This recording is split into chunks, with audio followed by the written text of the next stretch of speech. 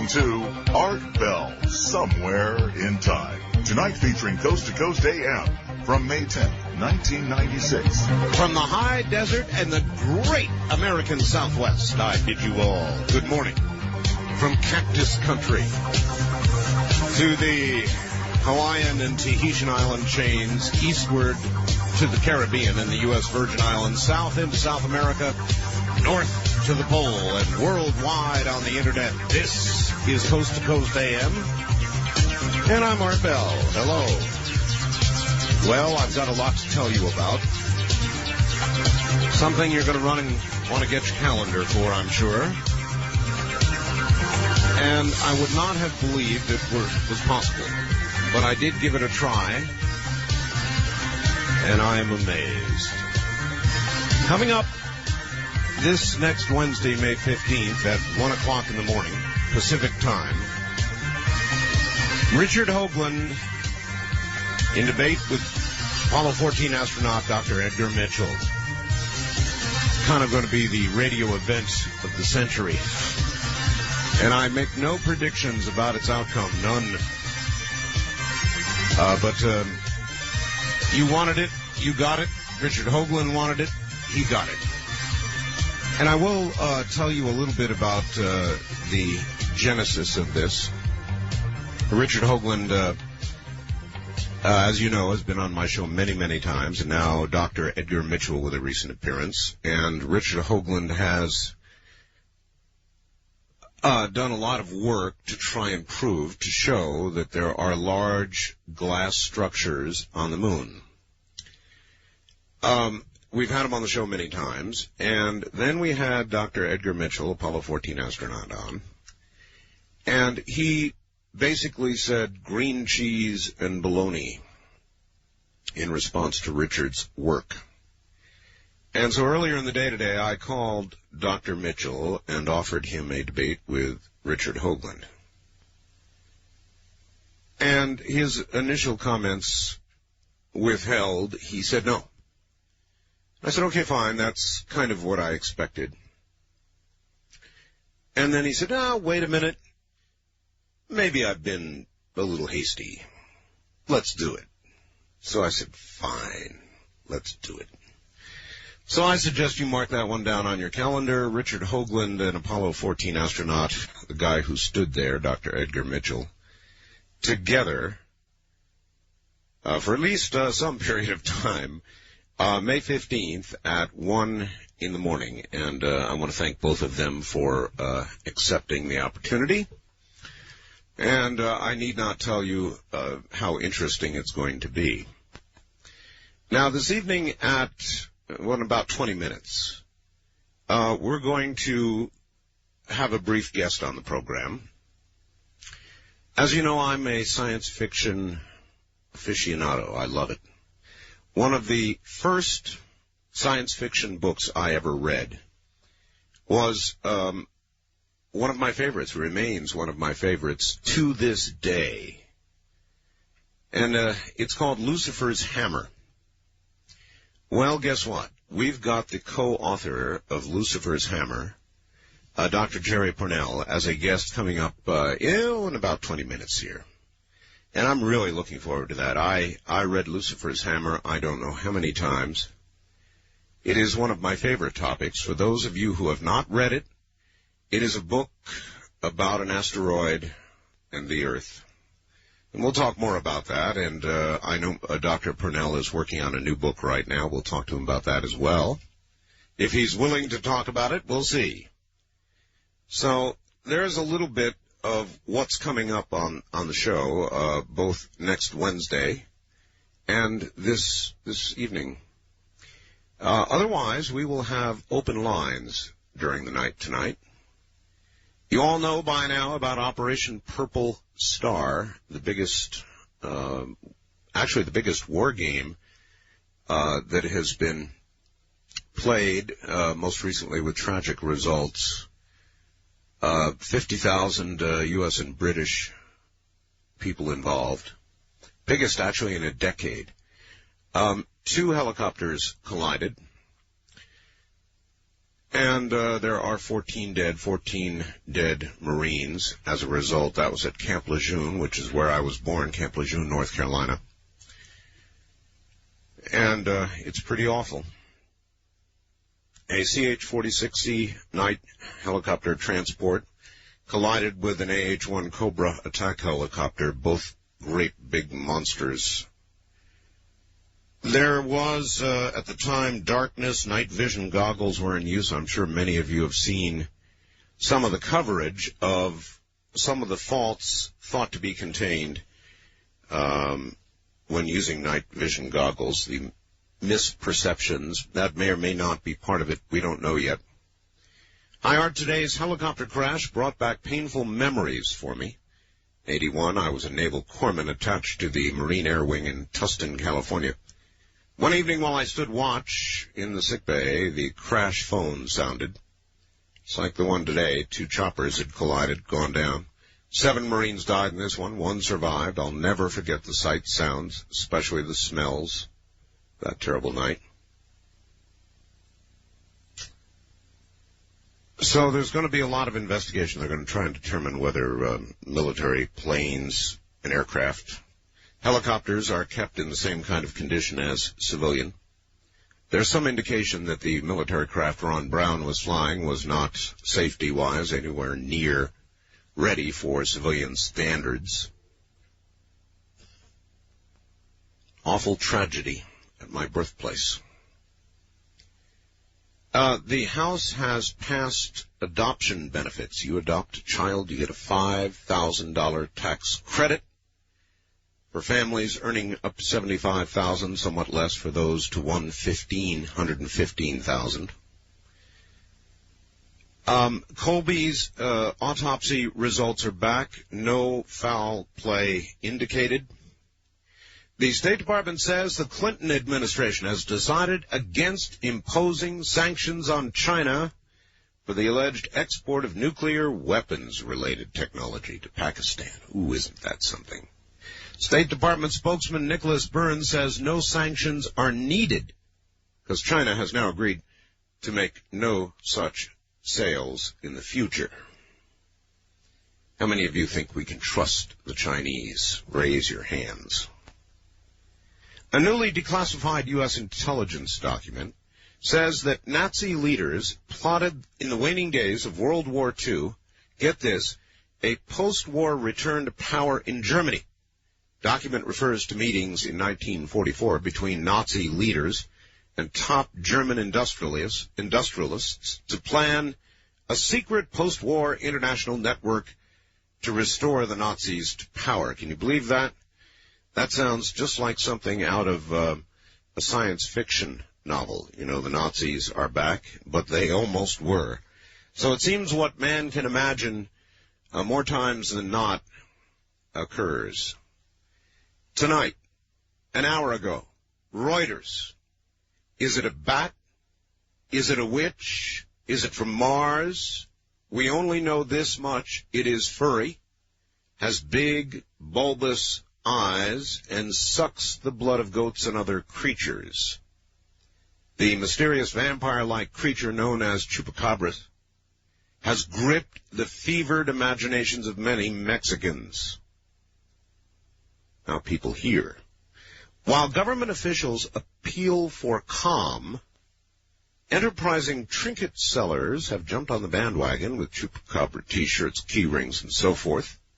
In Tijuana, they're offering tours of sites allegedly linked to the creature. This is Reuters I'm reading you about an hour ago. Some say it is extraterrestrial. Others say drought in Mexico's northern states has driven bats, wolves, and coyotes to carry out the attacks. Witnesses say it sucks their blood until they die, leaving telltale puncture marks on the neck and other mutilations. One man so far has been attacked in Mexico. 2 bite marks. And so the mystery of La Chupacabra continues and certainly, folks, begins to deepen. This, last night, No, check that. Art, I thought you might like to know the goat sucker is now in Arizona. Last night on the news, Channel 3, they reported that El Chupacabra was seen in Tucson, Arizona last week. A boy woke up to see it in his room. After he screamed, the creature jumped through the window, breaking it as he did. Really? Can you imagine that nightmare? I mean, when you're little, you jump under the covers frequently enough to avoid imaginary monsters. How'd you like to have El Chupacabra show up in your room? Good Lord. Then this, aren't they at a teaser for the 10 p.m. news here in Los Angeles on Fox, Channel 11? One of the stories they talked about was about what in the world is killing small animals. They showed about half dozen of dead rabbits with big holes in their necks. Is Chupacabra here in L.A.? You know, and all we have is rumor of the fact that some Mexican cowboy may have killed one. It is claimed. A powerful concoction of illicit drugs, dubbed homicide on the street, sent 116 of the drug abusers into Philadelphia hospitals. Philadelphia, I said. An official with the Philadelphia Department of Health said most of those admitted Thursday night had been released, but several people remained in the hospital. He said the drug killed 5 people in Philadelphia in February. Lewis said the drug was analyzed as a concoction of heroin, cocaine, scopolamine, I guess it is, which is used as a sedative or hypnotic, vitamins, and a cough suppressant. Health Department officials said that for about 7 hours Thursday, drug users with overdose symptoms were being rushed to Philadelphia hospitals.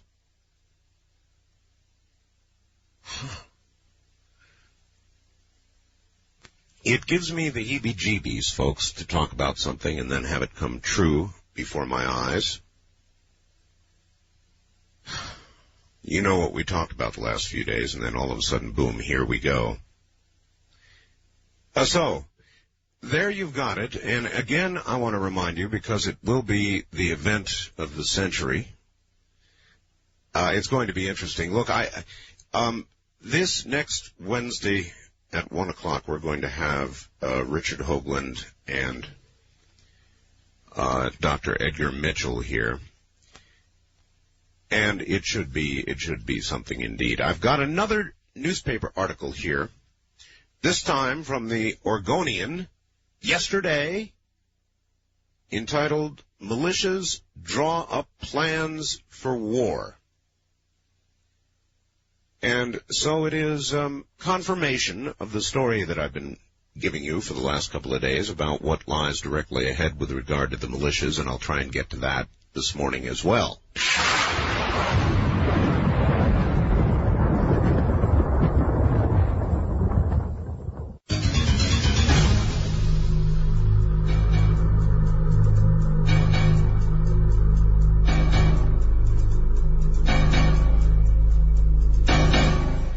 Howdy, Art. Have you heard about the creation cannibal? Rodney Hines, a California resident, was recently arrested on charges of stealing and eating the remains of 4 people. Hines explained to police that he believed doing so would enable him to live forever. Unlike Jeff Dahmer, Hines did not kill the people he ate. In fact, what he had stolen was cremated ashes. Hines ingested the ashes by sprinkling them on regular food, seasoning, I guess, and by snorting them. After hearing Hines bragging about his immortality scheme, an acquaintance tipped off the local police. The authorities in Chico, California, had been investigating the disappearance of several urns from a local cemetery, and they made the connection. gives a whole new meaning to the idea of having a friend for dinner. The full story is in our Enigma section in Periscope. See you in cyberspace. Indeed, cyberspace. If you would like to join us in a chat, you may do so. It'll be a lot of fun. What you do is go on America Online right now. Click on keyword, and enter the word Periscope. That's P-A-R-A-S-C-O-P-E, Periscope. Then when you get to Periscope, you go to the Grassy Knoll. Don't you like that name for a chat room, the Grassy Knoll? Where I guess you can all lurk. And I'll probably be in there in a bit. So AOL, Periscope area, then the Grassy Knoll chat room. And it's a big gathering every night now, and you'll enjoy some people that listen to this program. And the comments are ongoing about it in there. Let me give you the appropriate telephone numbers to call when we get to that. The first-time caller line, for those that never have ventured forth, is area code 702-727-1222. 702-727-1222. The wildcard direct dial lines, area code 702-727-1295, 1295. West of the Rockies, it's 1-800-618-8255. 1-800-618-8255. East of the Rockies, 1-800-825-5033. 1-800-825-5033. If you're outside the good old U.S. of A., get hold of your AT&T USA Direct operator, or get the USA Direct number for your country, and then dial 800-893-0903. 800-893-0903. Well, okay, when I was a youngster, I was really on the island of Okinawa at the time. I read Lucifer's Hammer. It was a book about a collision with Earth of an asteroid. It's one of the better science fiction books that I've ever written. It was co-authored by Larry Niven and Dr. Jerry Pournelle. And we're going to have Dr. Pournelle here in a few minutes. And it captivated me. It originally sparked much of my interest in space and topics of this kind. It simply riveted me.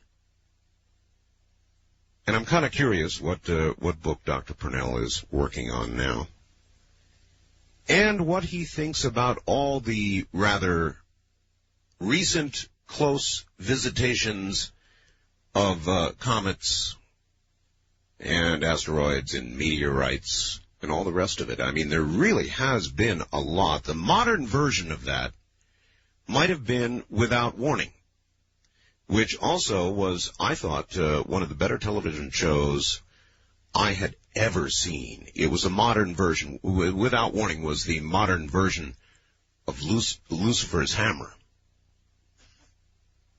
So we're going to explore all of that here in a moment and talk with Dr. Pournelle. I think you'll find it absolutely fascinating, and I recommend you stay right where you are.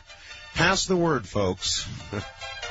It'll be Dr. Edgar Mitchell, the man who stood on the moon in Apollo 14, and Richard Hoagland.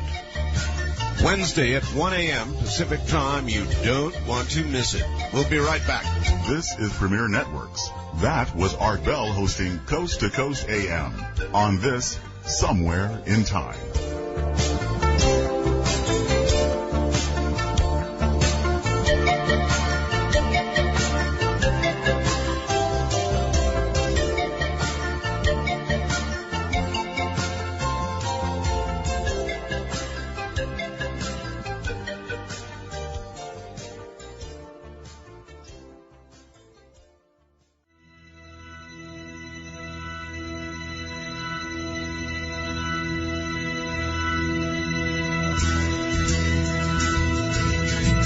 listening to Art Bell, Somewhere in Time. Tonight featuring Coast to Coast AM from May 10, 1996. Morning, everybody. Coming up in a moment, Dr. Jerry Pournelle, co-author of Lucifer's Hammer, one of the greatest science fiction works of all time, in my opinion. He's working on a new one. We'll see what information we can pry from him about that.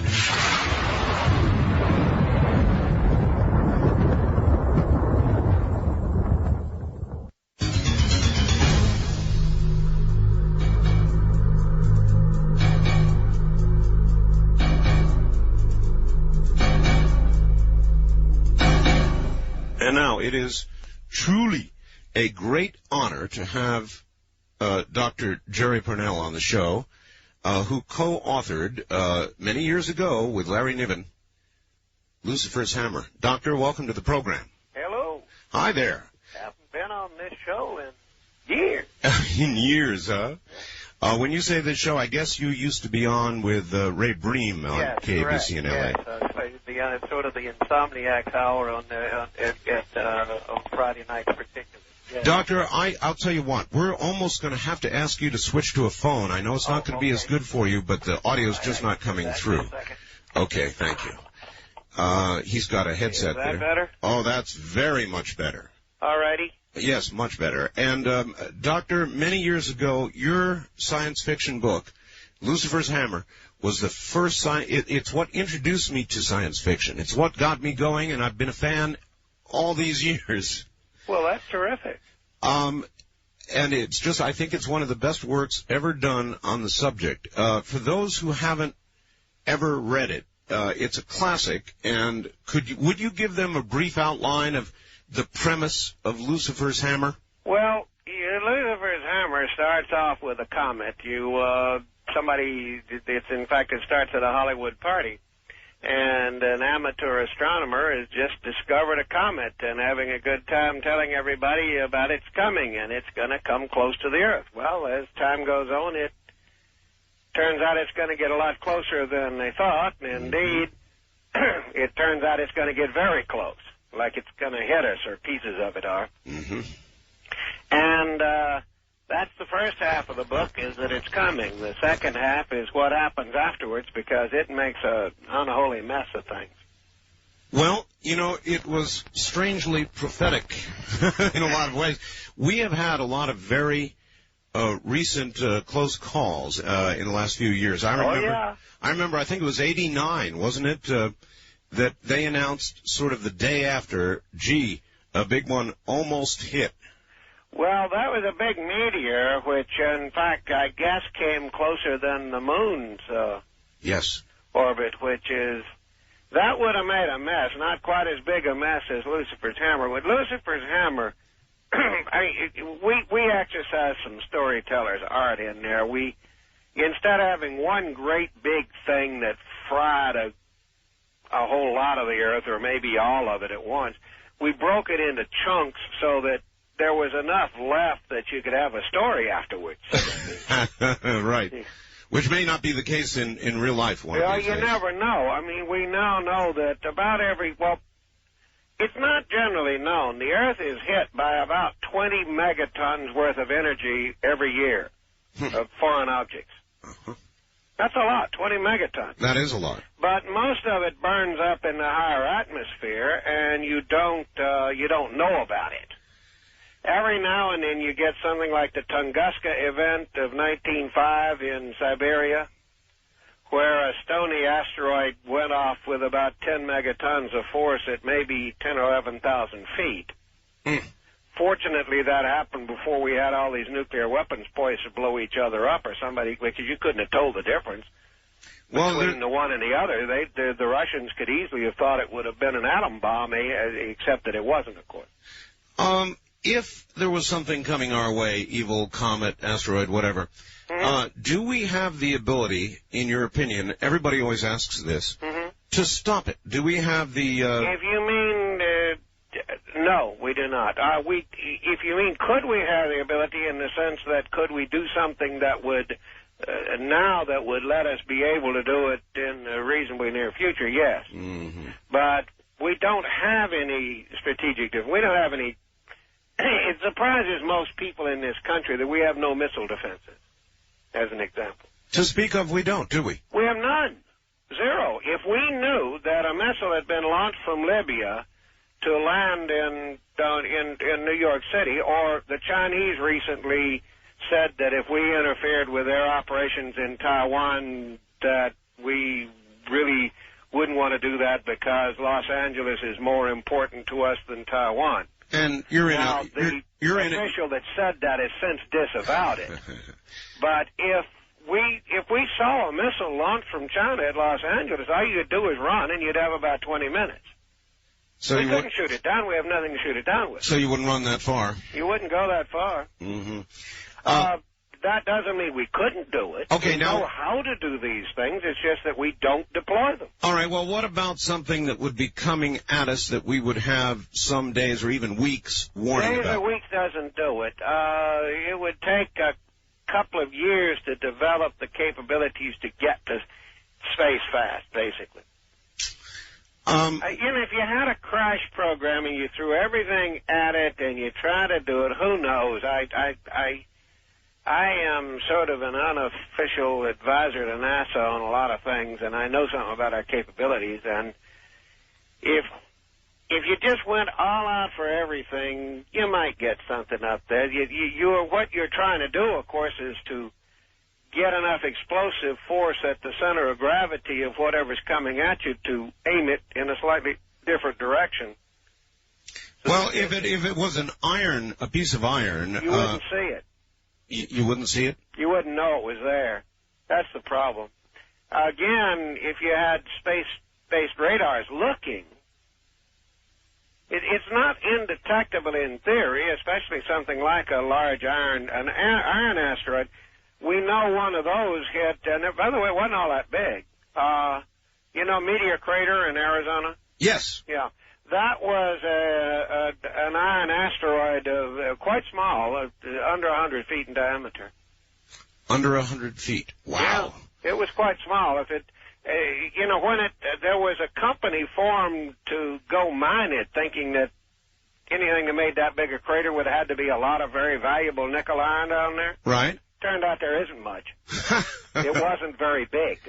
It just was a lot of energy. It's moving very fast. Tell me, if Shoemaker-Levy 9, the pieces from Shoemaker-Levy 9, had hit Earth instead of Jupiter. It would have been just about like Lucifer's hammer.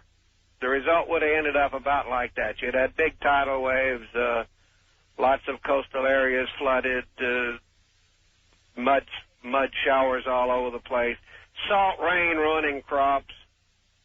All right. Well, what I've heard, Doctor, is that we will not see the one, in all likelihood, that would hit us because it would be coming directly at us, and that would prevent astronomers from getting a good look at it. Is there anything to that? Well, that's, again, not necessarily the case. You need to look from space. Yeah. What you really need, if every 10 million years, approximately, something really big hits. I'll give you a number that'll surprise you. Your chances of being killed by a large object from space are approximately the same as your chances of being killed in an airplane crash. Well, Which is to say, it's a low probability event for any individual. Yeah. But in the case of a large object from space, while it's a very low probability event, the number of people that it'll kill is a very high number. If you see what I mean. I do. Doctor, did you happen to see on television what I thought was the modern version of Lucifer's hammer, which was called Without Warning? No, I didn't see that. Oh, what a great flick that was on television. But I'm more concerned with reality. Have you heard of a comet out there called Machholz 2? Yeah, there are a bunch of them. I used to be on the board of directors of the Lowell Observatory, and we'd get briefings on what they know of out there. It is about every 10 million years something big hits the Earth. It's in that range. And by big, I mean big compared to meteor crater is small. Uh-huh. I mean big. I mean like the Gulf of Mexico type big or Hudson's Bay type big. What would that do to the Earth? I mean, generally, aside from... make a great big mess out of things. You're talking about the release of enormous amounts of energy. it would turn the lights off. That's probably what killed the dinosaurs. Well, if it could kill them, it certainly could do it. It wouldn't do us any good. You'd have about 4 years with almost no crops. You'd have to try to live, and I mean, think of 4 years of winter. No, it's unthinkable. It would destroy the economy of the world. The economy'd be gone. Some people would live through it, but you wouldn't have much crops. You wouldn't have much economy. You just a great deal of the electrical generating structure would be gone, so that you're not going to grow stuff under lights. You're talking about what? I don't know. In Lucifer's Hammer, I think we figured something like a quarter of the population survived. Mm-hmm. Maybe that, maybe less. Does our solar system, I'm not an astronomer, but does it move through areas of greater density of these objects? That appears to be the case, yeah. And again, that's you got me on the exact numbers, but we orbit the center of the galaxy with a period in the millions of years, and some parts of where we go appear to be richer with debris out there and so forth than others. The premise of your book that an amateur astronomer discovered Lucifer's Hammer, that is, in fact, it seems like the way comets are discovered. Yeah, because professional astronomers spend most of their time looking with great big telescopes at very far away objects. There are a few observatories like the Lowell that spend a lot of time looking for smaller objects in solar system stuff, but most professional astronomers aren't interested in anything that's under 1 billion light years away nowadays. Great. Great. And how much do you think our military is actually doing in terms of having some sort of radar that could see? Not very much. They'd like to, but the trouble is that the administration has interpreted the Strategic Defense Treaty, which was made with the Union of Soviet Socialist Republics, which no longer exists. Right. But even so, we are honoring this treaty, which, with an entity that isn't there, that has greatly limited the strategic defenses, and most of the things that could be used to defend against meteors would clearly be very useful in defending against large space objects. So you wouldn't be able to delineate between the purpose? Well, not really. I mean, if I've got something that can shoot down things coming at us, then it will obviously do a better job of getting the close ones than it will the ones that are far away, do you see? Well, I can almost see the committee and Senate hearings that would be held after something hit. Oh, yeah.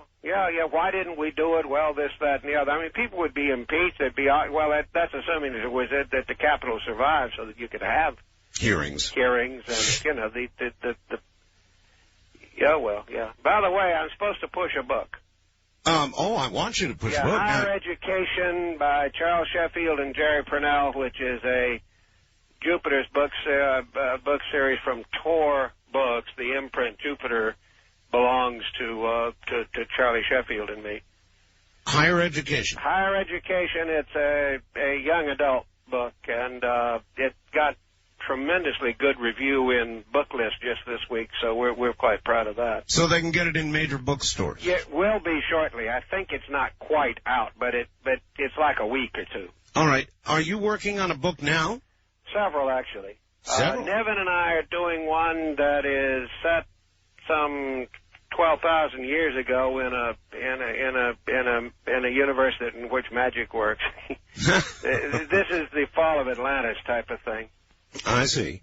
And I am at present finishing another young adult for this Jupiter series that's my own called Star Swarm that, I don't know, it may be the best thing I've ever done. Really? Well, I like it anyway. What's the premise?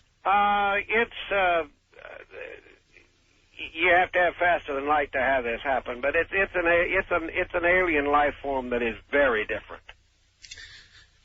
Have you been hearing all the recent stories about this strange creature they're calling Chupacabra? No, I don't think so. Yeah, very strange animal that is killing goats, taking the blood. Very strange. Showed up first in Puerto Rico, then South America. No, I've not heard of that. Now in our country, yes. Very, very strange. It's an animal? Or? It is some type of animal, yes. Like a bat or a... Well, it's described to be about 4 feet tall, with red eyes, a lizard-like appearance. Great heavens. Yes, yes, indeed. I don't know anything about it. And what, these things are running wild? Well, they're killing animals, and strangely, there are 2 bite marks on, and all the blood is gone from the animals. You mean like a vampire? Like a vampire. 2 marks on the outside of the neck. This is a natural phenomenon, not a supernatural thing. A lizard-like creature. I know nothing about it. Where would... No, I'm afraid you've got me by surprise on that. Okay, well, that's fine. You may want to look into it. It's a pretty strange story. It sounds interesting. Wow. It is, yes. I mean, is this something more solid than Bigfoot? I mean, oh, yes. Oh, yes. Nobody has yet caught one, but many hundreds of animals have now been hit. Huh. Very strange. That is very strange, and I must say that I haven't seen a bit of it. Mm-hmm. I'm astonished. Doctor, what do you think the possibility or probability is that there is extraterrestrial life, anybody, anywhere other than ourselves? Yeah, I understand. The best answer to that is Enrico Fermi's question. Fermi, one of the guys that helped develop the atom bomb and so forth? Yes. Fermi was famous for his little seminar dinners where he would have his graduate students over to dinner and they would discuss things, and then he would ask a question at the end of his dinner. Mm-hmm. And one night the question was this: if you assume that the galaxy consists of 100 billion suns and 1% of those could have planets, and 1% of those planets could possibly support life, and 1% of the ones that can support life do, and of those, 1% of those have life that's 1 million years older than we are, so would be more evolved, you are still talking about billions of planets, do you see? So where are they? So where are they, yes. Why have the aliens not got here? And the problem is that on any set of rational assumptions, if there is extraterrestrial life out there, they should have been here already. Perhaps they have been. Yeah, well, yeah, Bob Bussard says, well, yes, they've been here and we're them. that yes. People didn't actually evolve on this planet, that we were put here by something. The DNA evidence is becoming clearer and clearer that that's probably not true. Well, there is quite a bit of mounting evidence that man has been here, or some form of man has been here before. Yeah, that's kind of Bob Bussard's argument. That's one premise. Another one is that I wrote a series called Janissaries, which is being reissued from Bain Books, by the way. Mm-hmm. Isaac Asimov once said that there is no possible explanation for the notion that beings powerful enough to get here across interstellar distances, if they wanted to remain hidden from us, they could remain hidden from us. There is no explanation for why we would see them at all if they didn't want us to. Right. So why haven't they? So if they've got here and they haven't walked up, landed on the White House lawn or in the UN Plaza, then it's because they don't want us to know it, and so there's no reason why you would ever see them. And I got thinking about that and realized that Isaac was at Boston University and not there for very long, was mostly a writer. He never been around, let's say, out in Pasadena on the night after final exams at Caltech, has he? So I got to thinking, suppose that the reason that they don't want us to know about them is because they're a bunch of professors of anthropology and they're examining us, right? Yeah, oh yeah. But their graduate students get drunk and put on a show for the locals every now and then. So that's why you sometimes see a flying saucer. I see. So I don't claim that's true, you understand. But certainly, as I pointed out to Isaac, at least that's a possible explanation. You can't tell me there is no possible explanation here. Indeed. Doctor, we're very near the top of the hour here. Right. Love to have you for another half hour if you can stick around. Sure. All right. Glad to. One thing that I would like you to think about during the break. All right. Is there was something called the Brookings Report, which I would imagine you're familiar with, that says that the American people are not ready They are not ready to accept the fact that there is a greater intelligence, or that there would be anybody from elsewhere with a greater intelligence. Yeah, sure, but the people that wrote that are eggheads. Well, some of them do radio talk shows, and with the calls I get, I wonder if the Brookings report might not be right, but we'll talk about that when we come back. All right. Stay right there. Dr. Jerry Pournelle, co-author with Larry Niven of Lucifer's Hammer, one of the greatest science fiction novels of all time, and we'll be right back. The trip back in time continues with Art Bell hosting Coast to Coast AM. More Somewhere in Time coming up. Tonight we're gonna make it happen. Tonight we'll put all of the things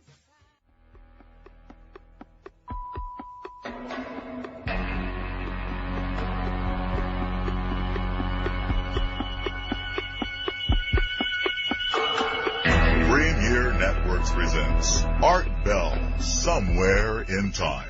Tonight featuring Coast to Coast AM from May 10th, 1996. Top of the morning, everybody. I am Art Bell, and a couple of announcements coming up in a moment. If you missed the last 2 hours, you missed some real fun. Dr. Jerry Pournelle, author of Lucifer's Hammer, was my guest. Maybe you can catch it later on in the morning in a repeat. If not, you can always get a copy by calling 1. As a matter of fact, you can get a copy of any guest appearances by calling 1-800-917-4278. 1-800-917-4278. In a moment, a couple of intriguing announcements. Don't move.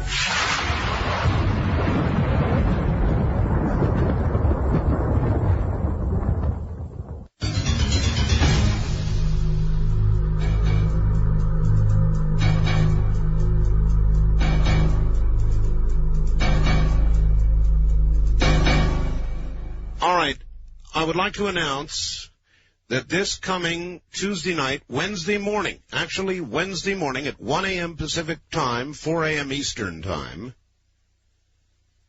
we will have 2 people here. Richard Hoagland and Apollo 14 astronaut Edgar Mitchell have agreed to meet, incredibly. It should be something to behold. Richard is sending the relevant photographs to Dr. Mitchell in Florida. We'll all be working from the same page. So if you want to hear what's bound to be the radio event of this century, tune in. Actually, I have no idea what'll happen. It may be a 5-minute event. It may be a 15-minute event. It may be an explosive event.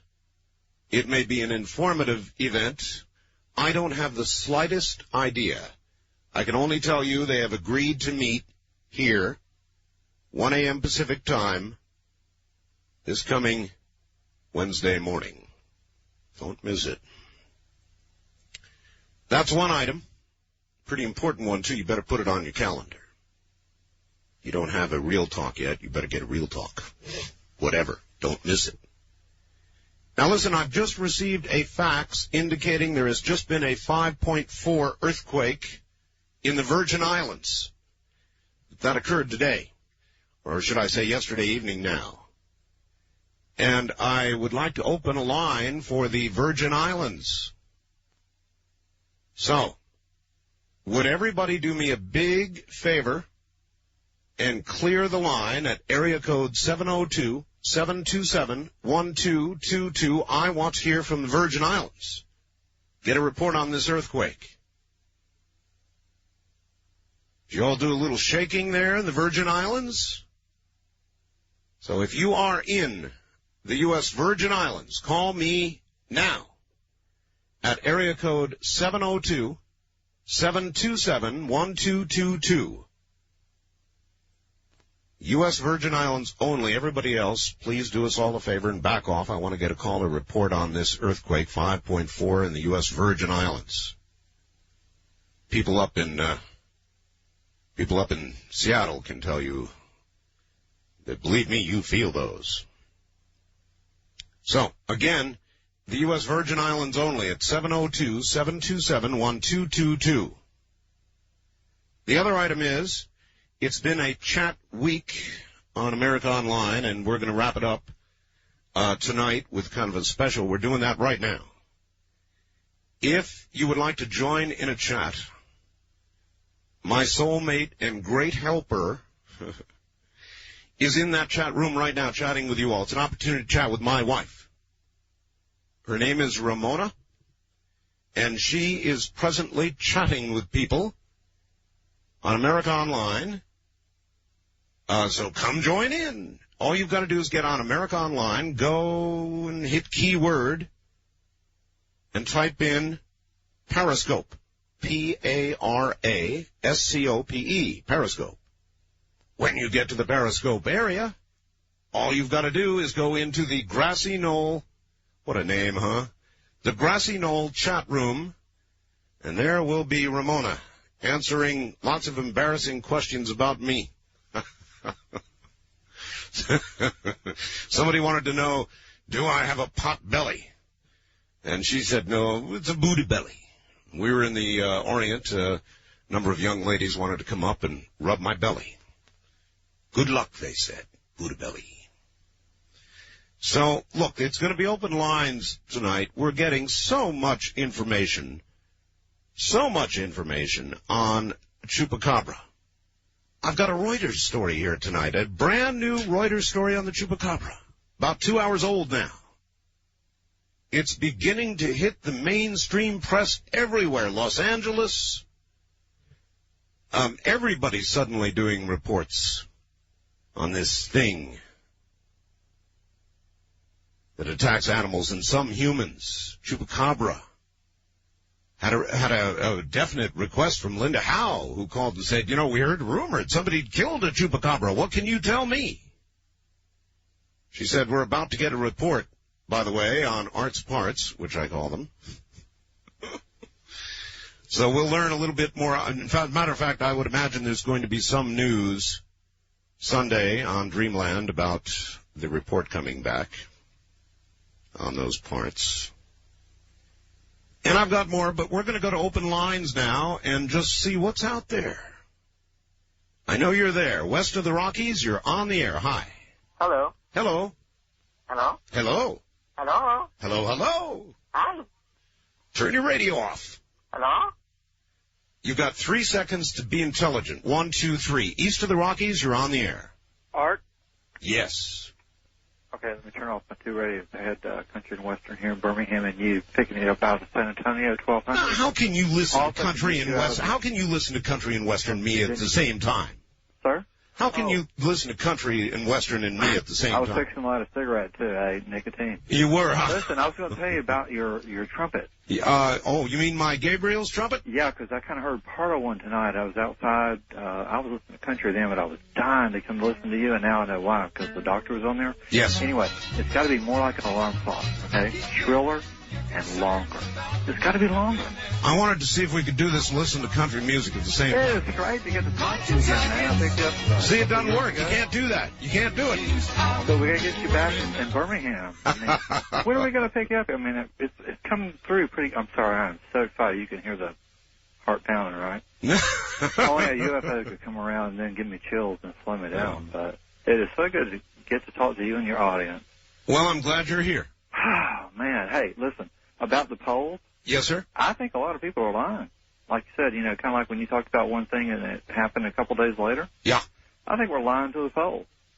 I think we're going to put old Dole in there, put it in a pineapple, let it grow a little while, and then figure out what we're going to do in the 21st century. Well, you know what? I hope you're right, but I fear you're not. I think the polls are correct, at least for right now. I think he's... I hardly even want to talk about it. I mean, there's no campaign going on. It's kind of depressing to discuss, in my opinion. If a real campaign begins, then maybe we can sink our teeth into something. But right now, all I see is 4 more years. West of the Rockies, you're on the air. Hello. Yes, Art. I'm calling from Portland, Oregon. Yes, sir. And and I was wondering where at in Oregon has the chupacabra been located at? I'm sorry, I don't have the reports about Oregon. I know of them, but yes, it is up there. Why don't you just, where are you? You're in Portland? Yes. Well, I would imagine you're in the city? Yes, sir. Well, then you're probably safe. Oh, yeah, I'm not going to go out and look for it or anything. I was just wondering. Why not take a little jaunt out into the woods? Well, that sounds good. I love your show. I've only been listening for a couple weeks, but it's a great show. Well, I'm glad you enjoy it, sir. Yes, take a little stroll in the woods. Take a tape recorder with you, and that way if there's an attack, I doubt the chupa would want to eat the radio or the tape recorder, so there'd be a record left. Probably be awful. All we'd hear is munching sounds. Or maybe just one. And then and you'd be gone. East of the Rockies, no, make that first-time caller line. You're on the air. Art. Yes. This is Jeff from Tucson, Arizona. How you doing, Jeff? I heard chupacabras down in Arizona now. I haven't heard anything about it, to tell you the truth. I wasn't really calling about that. That's quite all right, but he's down there, so watch yourself. All right. The first thing I want to let you know is that I'm 23 years old, and I believe I've been listening to you for at least 10 years, Art. I grew up in Phoenix, and I listened to you on KFYI, and I just wanted to let you know that you've been a part of pretty much my subconscious for most of the time, but my conscious listening for a couple of years now. Well, that's good to know. Yeah. I had two things. First thing is, you can answer this maybe after I get off the air. All right. But I was taking a trip up to Alaska to do the work on the fishing boats and possibly in the canneries and stuff. And I understood that I heard that you talked a couple times about how you lived up there. And I was wondering if you had any advice for me. Any advice for you? Well, yeah. On how things work up there. I'd heard some stories about. Ornery fishing captains, kind of throwing you overboard if they didn't like you or wanted to, if they wanted to get some profit off you or something like that. And really? Well, I heard stories about it. One of the best places you can go in Alaska, sir, is in Kodiak, Alaska. Now, I've got an affiliate in Kodiak where they do a lot of fishing, commercial fishing, and canning and processing. And so, if you like, we'll see if we can get a hold of somebody in Kodiak. Okay, yeah, I'll listen the rest of the night. I'm in Tucson right now, and I'm listening on KTUC 1400 here. You bet. And I'll be listening till 4 o'clock when you get off. The other thing I was wondering about is, you have a lot of militia, type people on here, and a lot of, I guess it would be described as right-wing type guys. And I was wondering if you yourself, you live in western Nevada. If you yourself own any firearms, and if so, what kind? All my life, thank you. I own shotguns. I own rifles of various assortments. I have handguns. I've got an AK-47. I've got SKSs. So I have an assortment. Thank you. Been collecting over the years. Now, I want to hear from the Virgin Islands. It just occurred to me that I answered that phone. He was in Tucson. Now, I'm trying to hold that line open for the U.S. Virgin Islands. I want to hear from the Virgin Islands. Do you hear me? Everybody else hold off, please. If you're in the Virgin Islands, area code 702-727-1222. I forgot what I said. I should have adhered to that. Now to Tijuana, Mexico. You're on the air. Yeah, hi, Art. This is the first-time caller from Tijuana. It's Enrique. Yes, sir. And I want to call about the chupacabra. What can you tell us? Yeah, well, apparently the news that you got is wrong. They found one supposedly dead in a Sonora dam. It apparently drowned there or something. Oh, really? Yeah, and there's these pictures in the newspaper. You've got photographs? Yeah, well, they look like pictures taken from the TV or something. Oh boy. Listen, do you have a computer? Yeah, well, yeah, but it's my brother's, and I don't know how to use it. I would surely love to get those photographs. What publication did they appear in?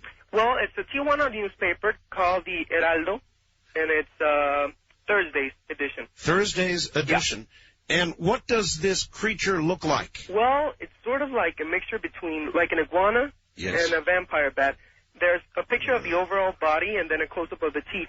And so it has wings and a tail and like 4 very sharp fangs in the mouth. Wow. You can see that. And yes, it's been around the news well, at least in Latin America for about the last year or so. How hot is the news? You're in Mexico, so how hot is the news? How much is Mexican television and radio talking about this thing? A lot. There's a lot of also Mexican talk show radio talk shows, and it's all over.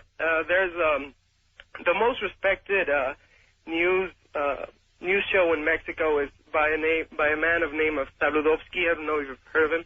He's like the Mexican equivalent to Brokaw, somebody really important. Yes. And like for the last week or so, every day there's a story on his newscast. And that is something like, incredible, because he is the most respected figure in broadcasting here in Mexico. Well, you should know that we are also getting many reports in our major media here in Los Angeles. Yeah, since I'm here in Tijuana, I can get Univision and Telemundo, also the two Spanish broadcasting channels in the USA. And it's also been a daily news since about a year ago. It all started in Puerto Rico, and it's just about extended everywhere. All right. What is the speculation there about what this damn thing is? Well, there are those of us, who think that something exists, some kind of mutated vampire bat or something. And then there are some people right now in the Mexican media saying that it's just an invention of the Mexican government so that people have something else to think about besides, the economic difficulties. Yes, let me ask you about those as long as I've got you. I was in Mazatlan not long ago. Mm-hmm. And when I was there, I talked to a number of cab drivers and just regular people, and they were saying they think there's going to be a revolution in Mexico. Yeah, well, there's a lot of talk about that, because of the PRI party ruling for something like 66 years. And, people feel oppressed, and there's the Zapatistas and everything like that. But I wouldn't call it a revolution yet, but it could be. It could be. So some people think this might be an invention of the press to keep the minds off. Yeah, there are those, who think that it's an actual creature preying on innocent animals and stuff. And there are those that say that it's just, something that the government invented so that people would have something else to talk about, and, Well, that might explain your Mexican press, but it doesn't explain the American press. Yeah, well, that's true. All right, my friend, I thank you for the call and the update. So there you have it, ladies and gentlemen. There is apparently now existing, if you believe what you heard, a photograph of a chupacabra, which this caller in Mexico says drowned. Woof. Are these not strange times we live in? They really are. All right, I'm reserving away, doggone it. Hear me, this line for people in the Virgin Islands, because I know you had a 5.4 earthquake in the Caribbean. I want to hear about it. Where was it? How much shaking went on? What's going on in the Caribbean? So if you're in the U.S. Virgin Islands, call me now. Everybody else, don't call me. But if you're in the U.S. Virgin Islands, call me now at area code 702-727-1222. And one other item again. My wife is in chatting on America Online right now in the Periscope section. The way you get there is just go into AOL and hit keyword. Type in Periscope, P-A-R-A-S-C-O-P-E. When you get to the Periscope area, you want to go to the Grassy Knoll chat room. Now, I wonder who thought up that name, the Grassy Knoll chat room. I love that. And there will be my wife, Ramona, chatting away with people answering very embarrassing questions about me, which probably will come echoing back to me on the program. Mr. Buddha-Belly will be back shortly. This is Premier Networks.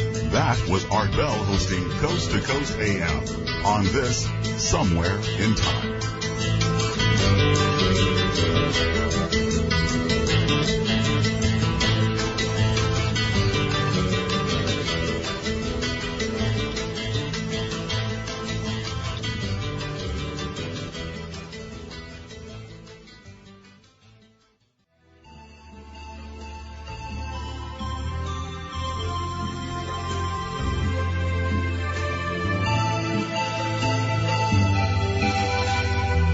Now, we take you back to the past on Art Bell Somewhere in Time. And I'll tell you what, I'm holding open a line only for the Virgin Islands at area code 702-727-1222. That's area code 702-727-1222 for the Virgin Islands only. Anybody else is going to be wasting their money, so please don't call that number until we get a call through from the U.S. Virgin Islands. Good to be here this morning. We're talking about whatever it is you want to talk about. Anything at all happens to be fair game.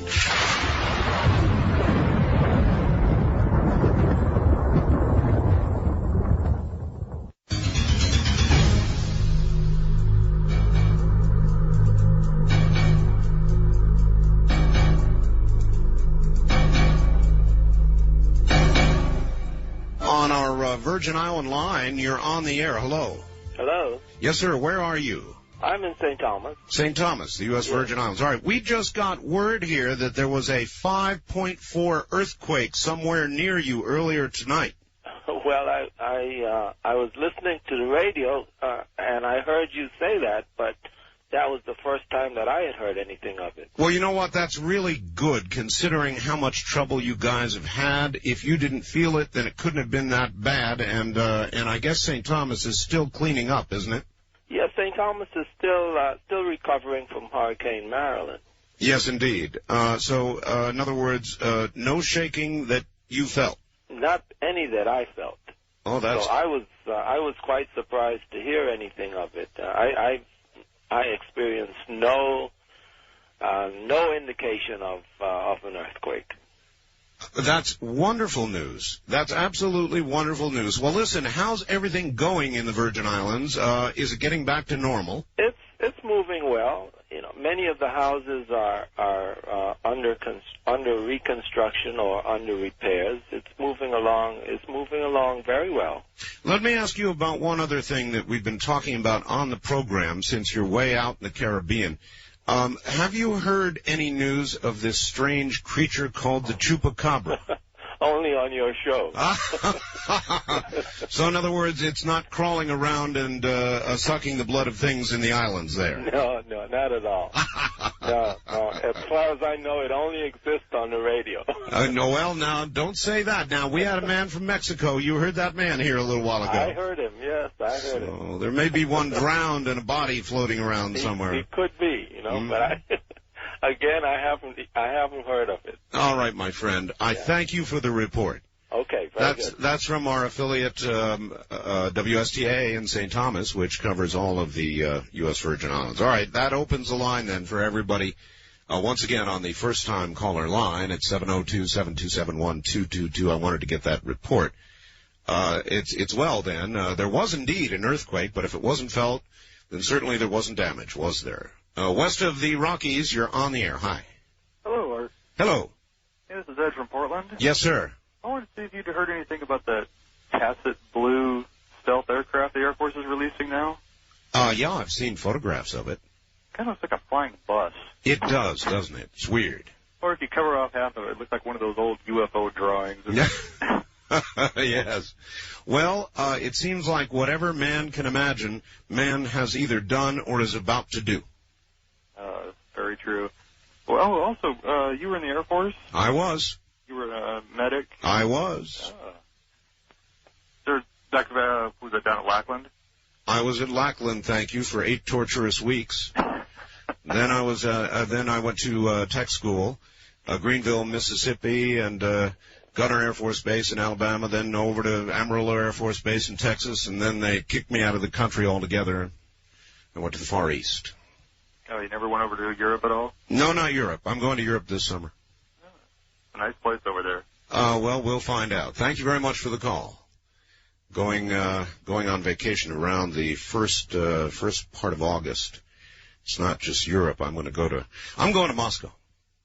I hear it's a little dangerous, but hell, you only live once, right? So I'm going to go to Moscow. Should be really interesting. East of the Rockies, you're on the air. Hello. Yes, Art. Steve from South Dakota. Steve. Yes. How are you doing? Fine.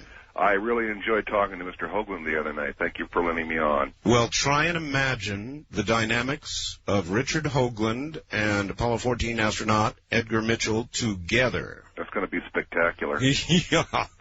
Say, I wanted to recommend a book to you and your readers. Sure. I tried to get into your guest.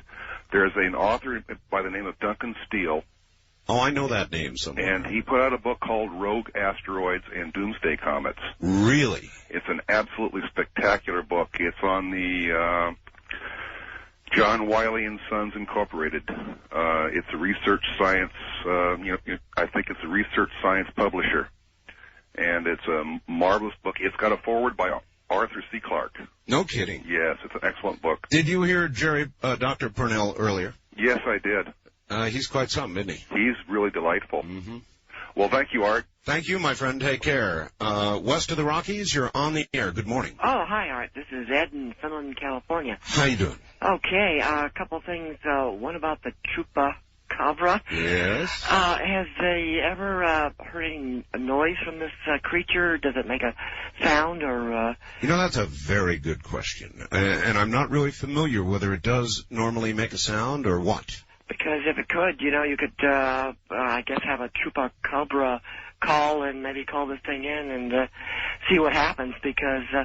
I don't think that'd be such a good idea. Why would you want to call something like that toward you? Well, of course, you want to capture it. Be ready to capture it. That's the main thing. But you had a recording of the Bigfoot scream. No, I like this one better. Ow.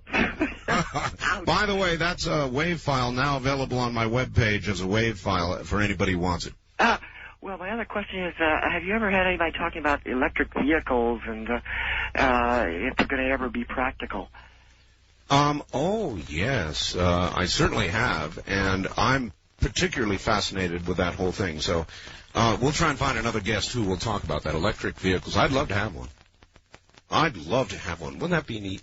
Hey, listen, if you are listening to us outside the USA, I always forget to do this, and I've sort of been putting it off until we get on shortwave. But, we have so many big 50,000-watt affiliates that you can hear us outside the USA. Of course, Internet Real Audio takes us around the world. So if you're somewhere else in the world, anywhere else, you can call us toll-free. We have the world's first true toll-free international line, and here's how you do it. You call, just pick up the telephone no matter what country you're in and get the AT&T direct access number for your country. They differ from country to country. Or, if you have to, get hold of the AT&T operator and call us at 800-893-0903. That's the way you get hold of us internationally. 800-893-0903. And for you, it'll be toll-free. Won't cost you a penny. Not a penny. To call from anywhere in the world. And I've been neglectful in giving out that number. So there you've got it. Shortly, we'll be on shortwave. We're working very, very hard on that. East of the Rockies, you're on the air. Hi. Hi, Art. This is Tim in Minneapolis. Yes, sir. Yes, I called yesterday about a dream sheet for a ballot box. Do you remember that? Yes, uh-huh. You went off the air here in Minneapolis. I was wondering, was there any reaction to that? Or? No, there wasn't. Only yours. People did not pick up on it. Don't ask me why. Okay, well, I guess I'll leave it alone then. All right. All I wanted to talk about. All right, thank you. No particular reaction to it. He wanted to see a dream sheet. In other words, on the ballot, you would make a first choice and then other choices, second, third choices, and so forth, so that your vote would mean something. West of the Rockies, you're on the air. Hello. Goodbye. East of the Rockies, you're on the air. Hi. Hey, Art, did you catch the special edition of The Abyss on the Sci-Fi Channel? No, I've got a copy of The Abyss. That's a great movie. Oh, yeah. Well, they had some extra footage with, like, a huge tidal wave at the end. Oh, you're kidding. Yeah, I didn't see it, but I saw it advertised in USA Today. Oh, I'm sorry I missed it. And I don't have the Sci-Fi Channel, I thought, and I know you said you'd like the film, which I love, too. Oh, yes, I thought it was But don't you agree that the end sort of sucked when that thing came up? No, I thought it was great.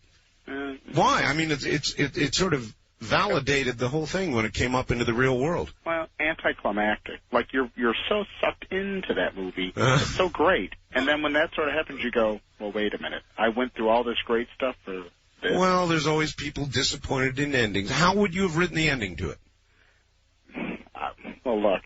Come on now. Improve on it, sir. I know. If you're going to criticize, don't criticize unless you can improve. Yeah, go ahead and improve. Give us an ending.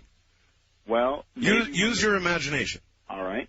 Maybe when that thing came up, it would have had a big poster for Howard Stern's new book, Miss America. Well, no one's reading it anyway, so what difference would it have made? West of the Rockies, you're on the air. Hello. Good morning, Art. Good morning to you. I'm calling from California, Sonoma County. Yes, ma'am. I called you last Saturday off the air. Do you remember? Yes, I do. Yeah, I felt a little foolish afterwards, but I still feel the same way. Well, why don't you tell the audience what you mean? It's kind of embarrassing. Okay, I was just driving down the freeway, and I'm in a very good mood. Life is good, surf's up, and all of a sudden, I just had these mental pictures of earthquake devastation here in Sonoma County, and, well, actually not just here, but very widespread. Well, you know, the recent news has been that the Hayward Fault is slipping now at an incredible rate, and has been what they actually call lunging. And so it would not surprise me, but to see some activity there soon. So maybe your dreams are prophetic. Well, wide awake dreams. I mean, I had a physical reaction. Yes, It's called lucid dreaming. Is that what it's really called? That's what it's really called. Well, I was at a friend's house today. She lives in a very nice condo, and she had to have a locksmith come in and adjust her lock because the place is always shifting so much. Yes. And just from earth shifting, But that in itself is not bad. I mean, it's like a flagpole. It has to give. I want to ask you really quickly, I've heard you over the past few months saying, do you think I'm the Antichrist? No. Well, you No. The way it happened is here, but we've got to get this straight here. Okay. Some fellow called me. It's a now famous call. It's even on the internet, and called me the devil's mouthpiece. The devil's mouthpiece. Well, you know what? What? I think the way the devil operates, the Bible says he appears as an angel of light. I'm telling you it's not true. It's not true. Ooh, don't. It's 2 o'clock. I'm in the kitchen alone. That's right. It's not true. Snap out of it. Wild card line, you're on the air. Hello. Hi, Art. This is Bill calling from Youngstown, Ohio. Hi, Bill. As per Chupacabra, I don't think I have too much to contribute, nor did I call to name drop, but I have do some readings for some people in very high places in Puerto Rico and the government. And I've had 3 calls, maybe over the past month, just asking me if I can get any take on this. And I have a feeling they might be involved with UFOs. It's just a gut feeling. But I can tell you this, that these official people are very, very scared. They're taking it very seriously. I know it. Thank you. There's a lot of people taking this very seriously. People think that I'm crazy. I, of course, pick up on these things a little earlier than most others because we delve into these sorts of topics. So we had it early on, and a lot of people were criticizing, saying, oh, come on, this is baloney, all the rest of it. And then so many press stories began to hit. And people aren't saying that anymore. It's obvious that something is here, something is going on. There is something to this, but I don't know what. East of the Rockies, you're on the air. Hello. Hi, Art. I can barely hear you. Okay, I'm on a bad cordless here. Yeah, you really are. Where are you? I'm in Duluth, Minnesota, calling about that egg that someone called about earlier today. Yes, is there any truth to it? A 5-foot egg? Yeah, there's truth to it. No, you're kidding. What could lay a 5-foot egg? Well, see, I don't know. It washed up on the lake, and some kids found it, threw it in the truck, and brought it to the zoo. You've got to be kidding. And they've detected, the caller said they've detected some sort of heartbeat or something? Yeah, there's vital signs. What? And I don't understand, but I want to get basically the news thinks that it's a hoax, but they're not letting anyone see it right now. It's in quarantine. And where is it exactly? It's at the Lake Superior Zoo. All right. Well, listen, thank you for the call. I don't know what to think anymore. This used to be the kind of thing that you'd laugh off. What the hell would lay a 5-foot egg? A 5-foot egg. I wouldn't even want to see the thing that would lay a 5-foot egg. Well, I want to say it's impossible, but what would come out of a 5-foot egg? Nothing you'd want to see. Dr. Pournelle had it right when he said you're going to want to put an M1A1 Abrams with its main turret pointed right at the egg. When that sucker begins to crack open, who knows? East of the Rockies, you're on the air. Hello. Megaditos, Art. Oh, that's the wrong show. Yeah. Right. How you doing? Okay. I've got two observations. Well, one observation is you got speech patterns like David Brinkley. Has anybody ever told you that? I've been told that. And a question or a request. Did you ever think about having Roy Masters on? Sure. When you have, really? I've interviewed him in years past, of course. That's an interesting guy, isn't it? Yep. He means a lot to me. Roy Masters he's done a lot for me, and I just think the world of Roy Masters. He's a good fella. Yes, he is. And well, actually, if I just could be melodramatic, but I guess you could say saving a life. Well, in a certain way. He has a view of life that is different than many people are willing to accept. And a lot of people tend to respond to his message with anger, but that's natural. And he'll be the first to tell you, you got to hit people over the head or they don't listen. He's been on the radio he's been doing what he's been doing for 40 years. He's only got 25 stations. And how long's Rush and you guys been doing yours? How long you been doing radio? Oh, all my adult life. I've been doing this program for about 12 years now, coast to coast for about 12 years. So Roy can't even get more than 25 stations. And Rush and y'all got 700, 800 stations. Yeah, I guess. So you can see his message is not really easy to swallow. Well, that's because it's not a traditional message.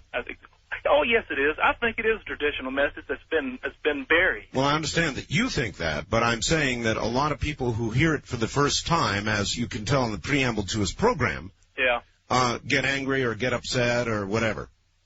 Well, anyhow, sometimes have him on again sometime pretty soon. All right. Take care, my friend. West of the Rockies, you're on the air. Hi, Art. Nonpartisan Tim in San Diego. How you doing? Pretty good. I just want to update you on that sperm count deal. Yes?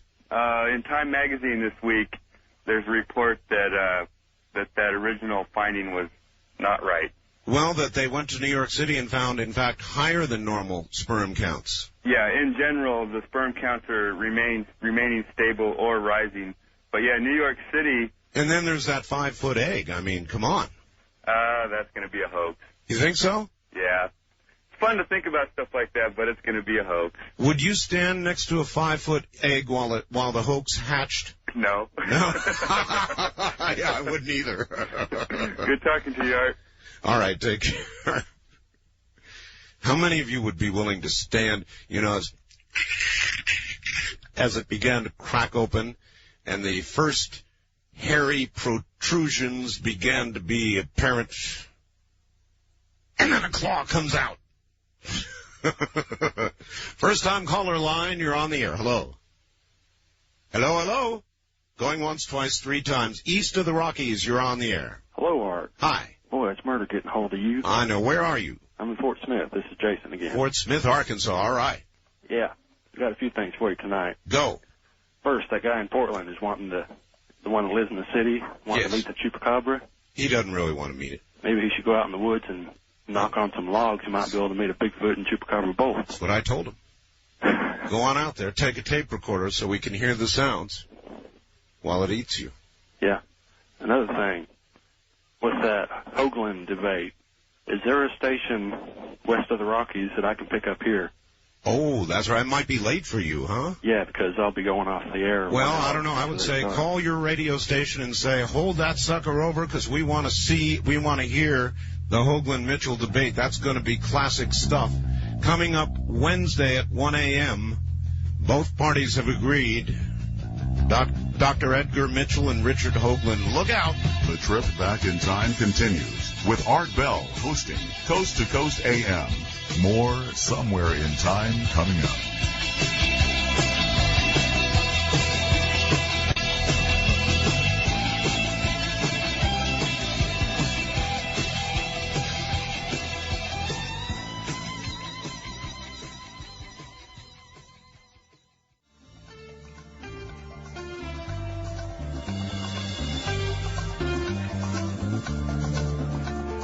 Listening to Art Bell, Somewhere in Time. Tonight featuring Coast to Coast AM from May 10th, 1996. Oh, I'll tell you, the faxes are boiling in from Mexico, from Rosarita, BC, Mexico. Dear Art, what Enrique from Tijuana failed to mention is that the chupacabra has been attacking sheep and goats in Rosarito and Ensenada, as close as 20 miles south of the U.S. border. It is true the chupacabra is daily news here. Many believe they are related to the numerous UFOs that also are being sighted here. That's from Diane. Thank you, Diane.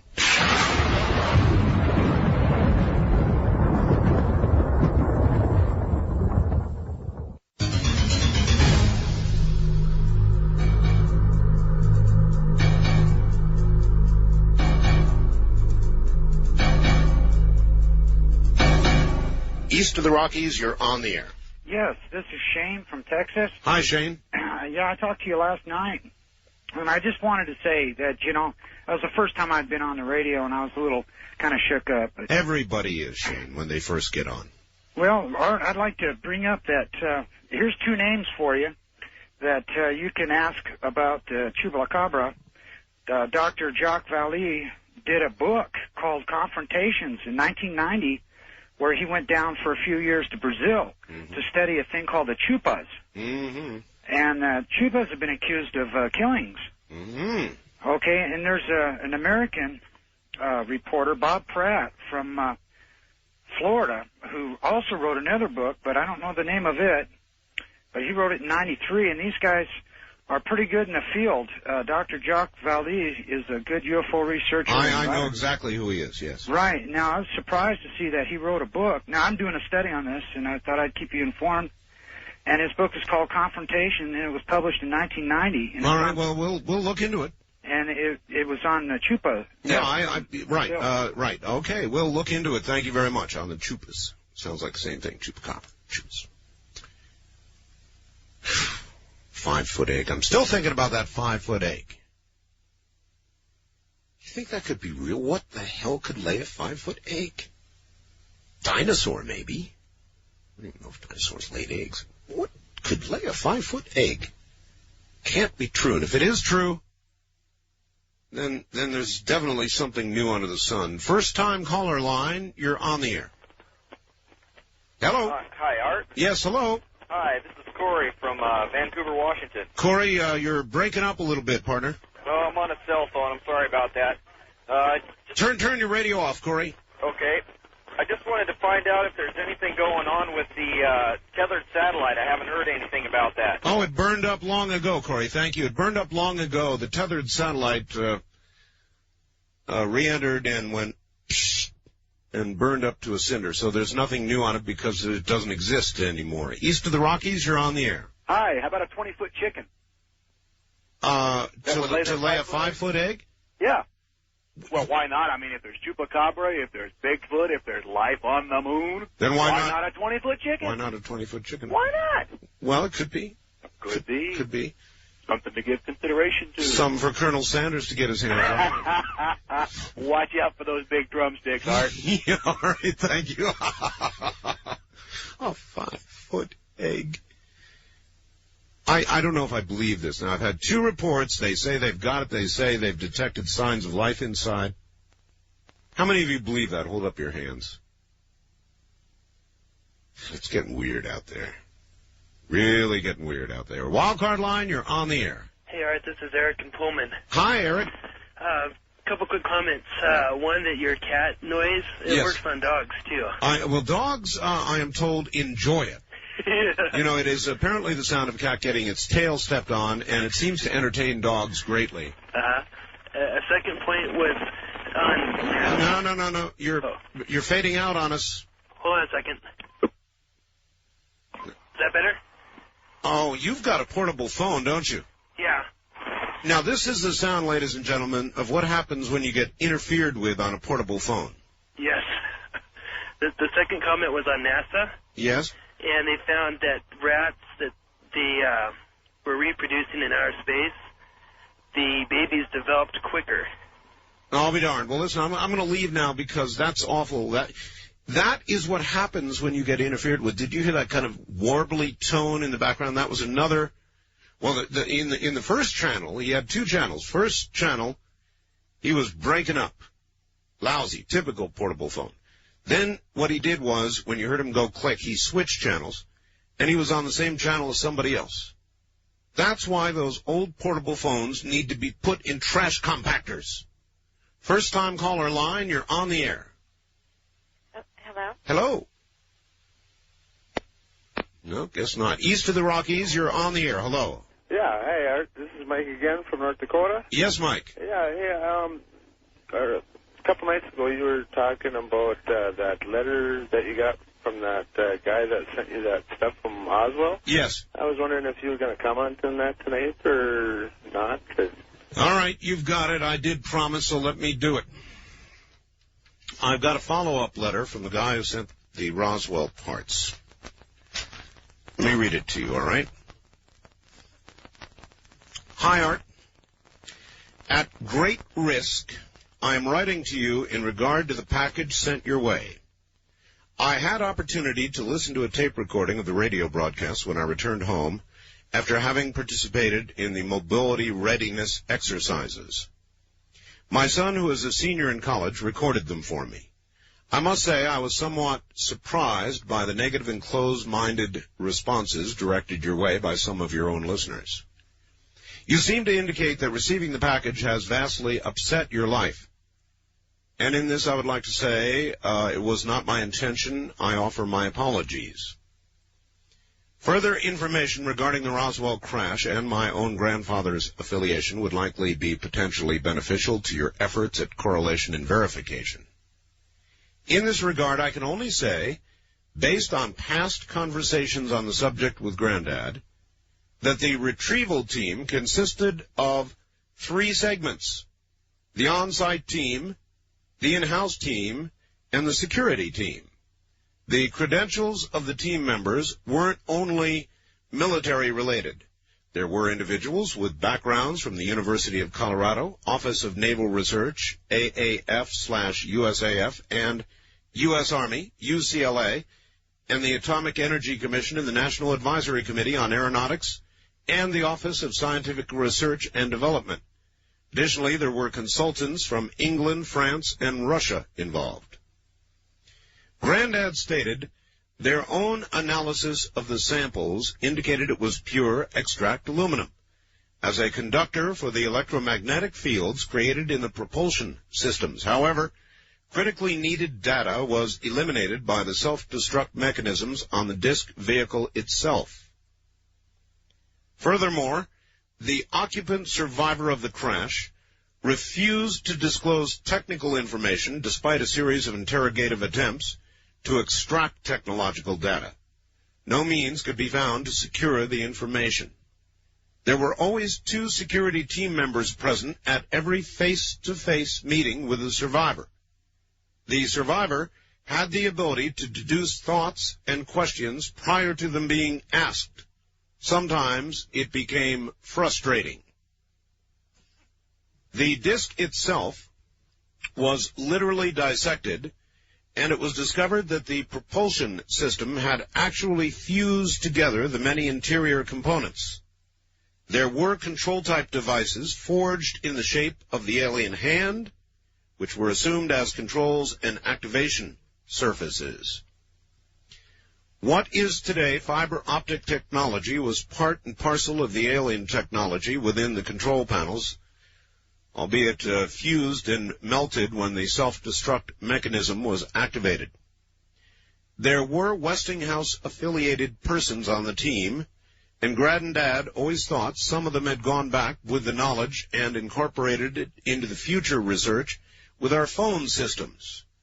Of course, the military was concerned as to the ability of the aliens to enter our atmosphere at will, undetected, and thusly they recommended to our president that a space program be set into motion and that a system of satellites be placed into orbit by 1957. The satellite system would be patched into the then DEW-line early warning systems, which later became NORAD.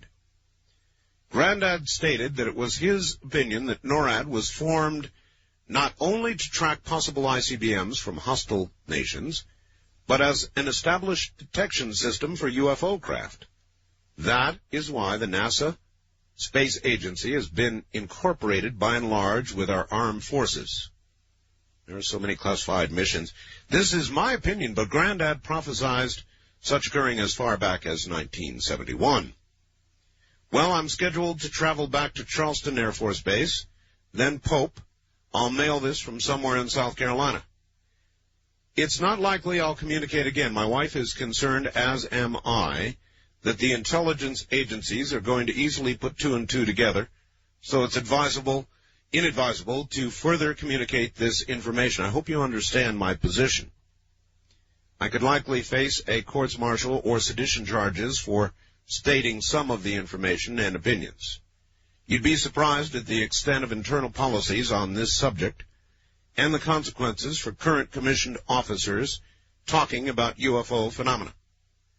I was surprised by Edgar Mitchell's statements of recent date. I imagine there are many involved with Roswell who are a bit upset at events underway. However, he is a man of outstanding character and integrity and knows of what he speaks, as do quite a few other astronauts. I wish you all the best. I'll be listening. I commend your courage and integrity.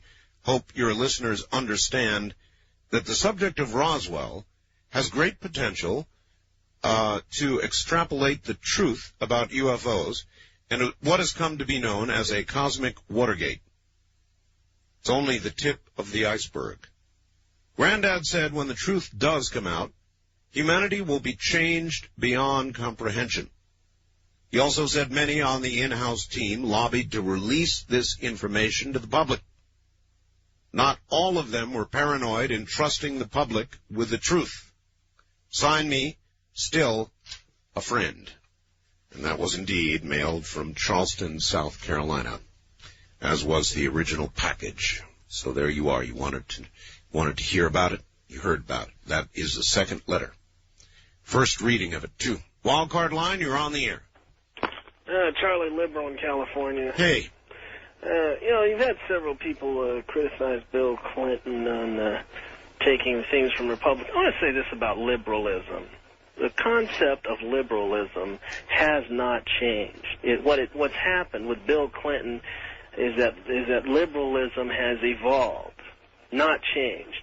We're still interested. Did you say evolved or devolved? Evolved. Evolved. I see. Liberalism is we still support the environment, education, and we still have that one word that conservatives simply do not understand. They cannot comprehend. It's called compassion. Compassion. And I think it's conservatives who don't understand that you can be fiscally responsible and compassionate. No, well, what conservatives don't understand is liberals that want to be compassionate constantly with other people's money. Well, here's the thing about it. The thing about other people, this quote-unquote other people's money. OPM. Okay? Yeah. The government basically has the authority to spend a certain given amount of money. Other people's money. Well, you can say that, but the thing is... I just did. But the thing is... Because they have no source of money. They have no source of money other than other people's money. The question is, how are we going to spend it? Are we going to spend it investing in an overdone military, or are we going to spend it making sure that our elderly are taken care of, making sure that the environment is taken care of? Well, when you spend it on the military, to some degree, you ensure the elderly are taken care of, Charles. Well, I think when you spend it on the elderly, you make sure they're taken care of. But that's what the problem. And the problem is that it's amazing they can talk about other people's money, but the thing about it. The thing about it is that when you talk about elderly, or you're talking about the handicap, or you're talking about young people trying to get an education, those are positive investments. This is what conservatives don't know. When they think about an investment, they think about an investment in stock or whatever. They don't think about investing in people. They don't think about being compassionate toward people. They are not, and the conservatives are just not people-oriented, and we happen to be people-oriented. And we're not going to change. But what liberals do that conservatives object to is that no matter what the problem is, the solution is throwing money at it. Well, I don't know if that's necessarily true. I think that's a lie that the conservatives have been saying for years. No, it's true. Not throwing money at it, but the thing is that we are not afraid to spend money if you can get a positive result. And I think the conservatives basically believe that people should just be left out in the cold. And but Charlie, the difference is that liberals, even when you've got a program that we can all stand back and say it's failed, it's not working, the money's going down a black hole, the liberals, their solution is to throw more money at it in the hopes that more money might cause it to... Come on. Well, the problem, and this is why the guys like Newt Gingrich, their popularity has gone down, is because rather than trying to change welfare, which liberals want to do, rather than trying to change that, for example, they simply say, okay, we'll give a state a few billion dollars and do what you want. Well, look, here's the argument, Charlie. Look, let's get down to the argument on welfare for a second. What the conservatives say is not that there should not be welfare, but that it should be administered at a local level.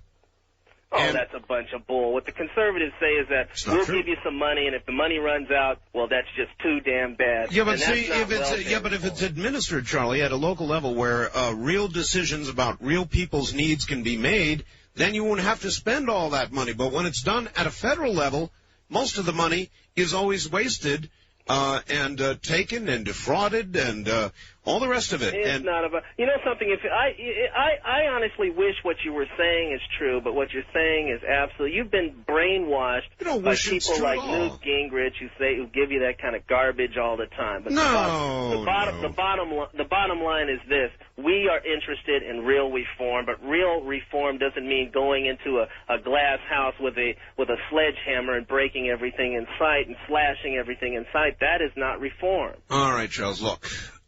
You're wrong.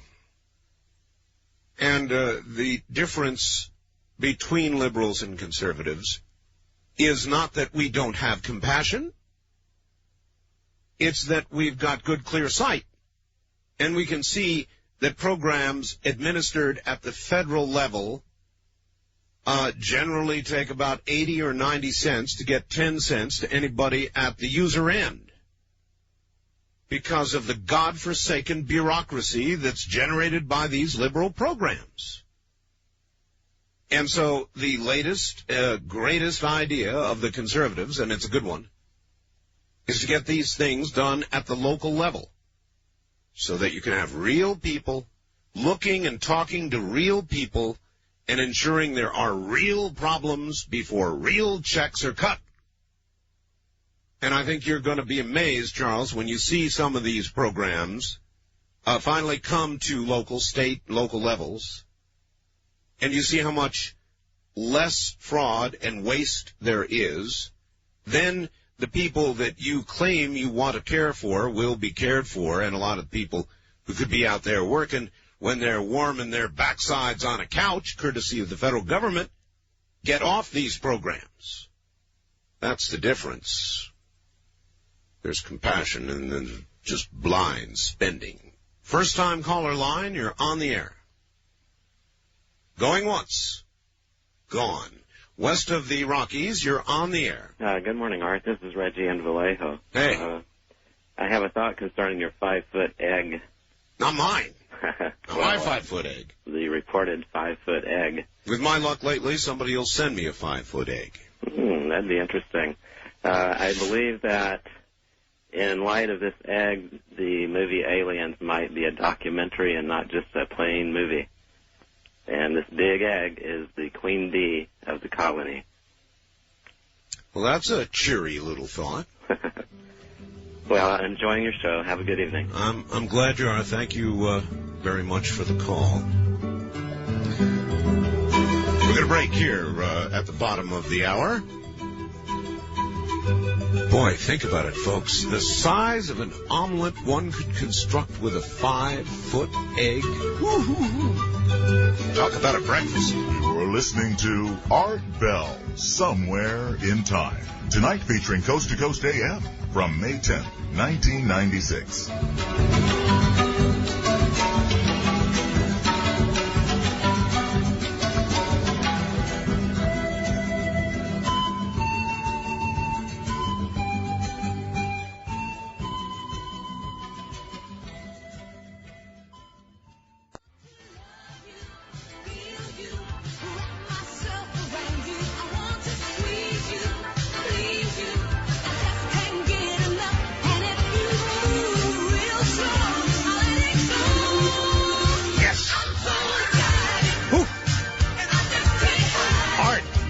About the 5-foot egg. Wouldn't it be a kick in the pants if when it cracks open, about a dozen baby chupas pop out? Of course, from the reports, the chupa isn't big enough to lay a 5-foot egg unless all the chupas running around are also babies. Imagine a 30-foot chupa. Kevin in Phoenix, where the chupa has been last seen. Yeah, that's right. It's in Arizona.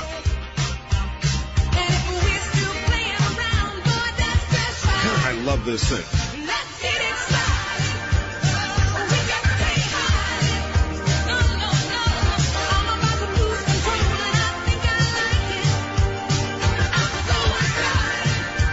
I've got a little supposed news release here. I don't believe it, but you never know. Says Bob Dole will be our next president. Phil Graham has just been chosen for vice president. Wonderful news. Now, there's no ID here. I suspect this might be a hoax, but you never know. Could it be true? Has anybody else heard that? That would be exciting, wouldn't it? Can you imagine? See, I was waiting to get to this piano. Don't you love piano? I mean, listen to how this guy's hitting those keys.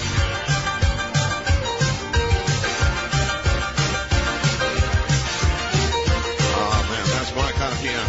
All right, back to the phones. West of the Rockies, you're on the air. Hi. Hi, this is Dan from Garden Grove, California. How you doing? Fine, Dan. I got a couple of statements and a couple of questions. All right. If it's all right? Statements first. Oh, okay, yeah, that's what I was going to say. Number one, Charlie is a moron. Number two, Robin Williams pops out of that 5-foot egg, and I'm going to be very upset. Also, I am going on a trip to Houston, and I was wondering if I could get the station out there. Of course you can. We're number one in Houston. Didn't you know? KTRH in Houston. Okay. Yeah. What's the numbers for that? Well, the numbers for that. Let's see. Houston. 740 on the dial. Okay, great. Yeah, because I told my friend I'd turn them on to you. Uh-huh. Also, I was wondering if you had any information on Hale-Bopp for me. Nothing you want to know. Oh, really? Because I was kind of wondering how big it was going to be in the sky and stuff like that. Well, actually, by about this time next year, it should be taking up about 20% of the sky. Okay, yeah, because my dad's like a major astronomer, and unfortunately, he's got the telescope I wish I had.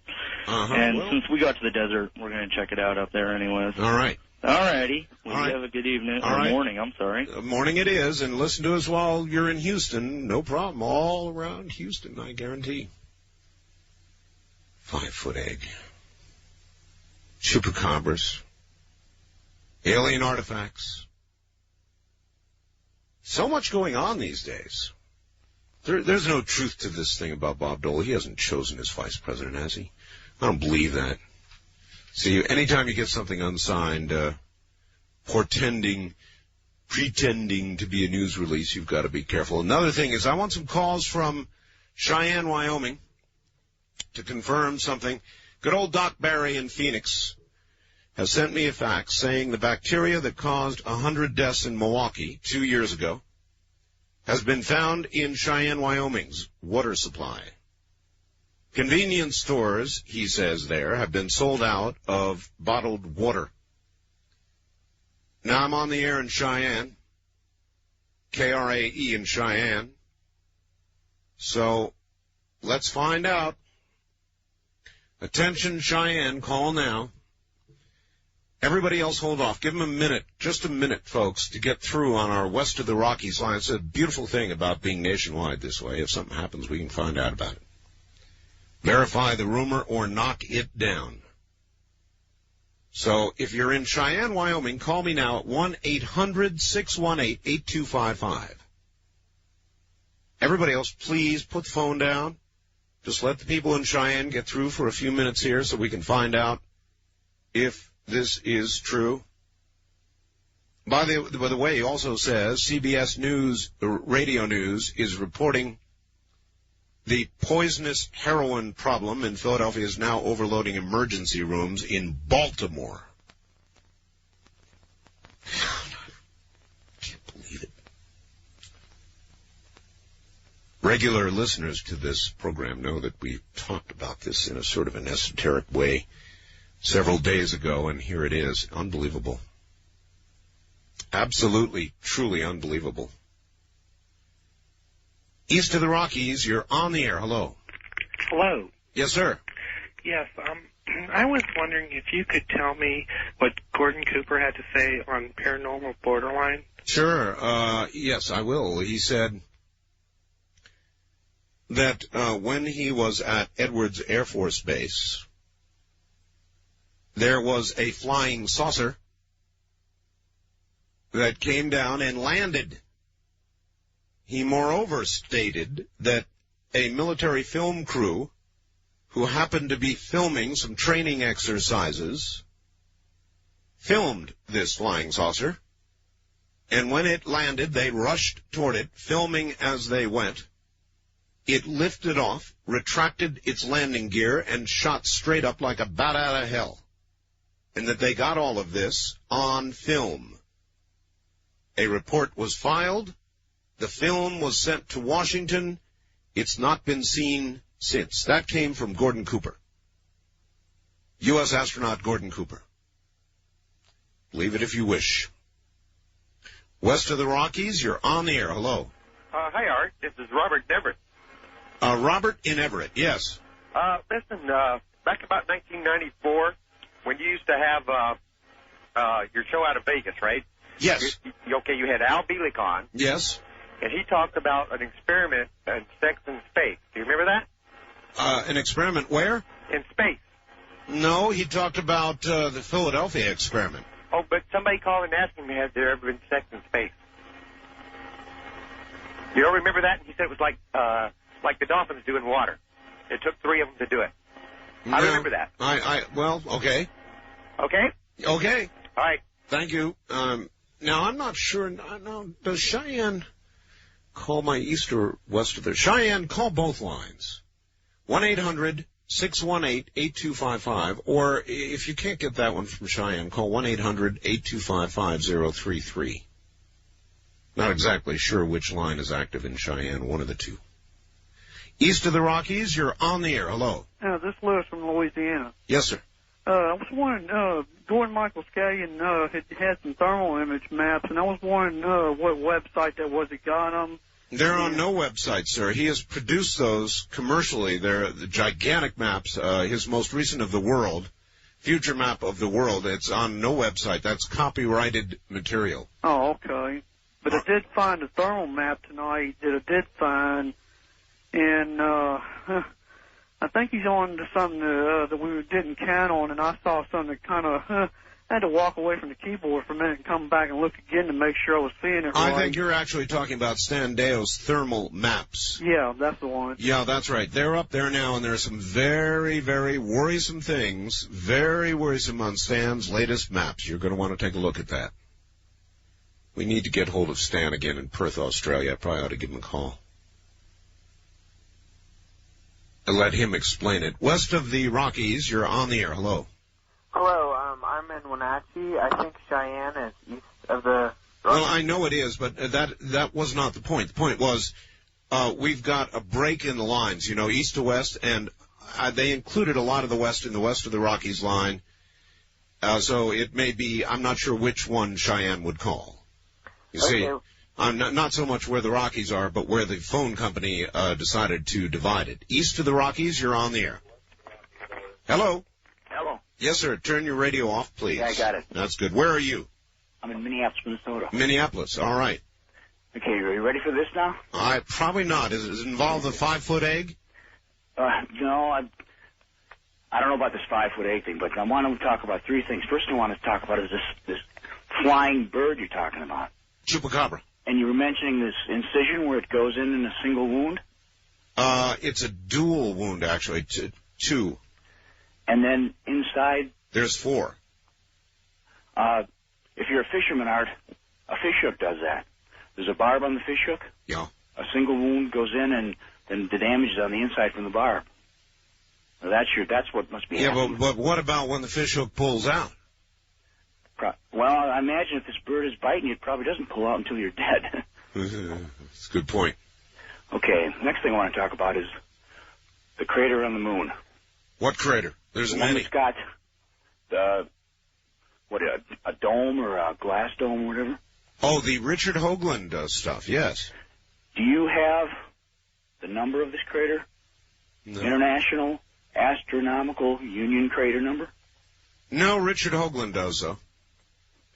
My uncle was a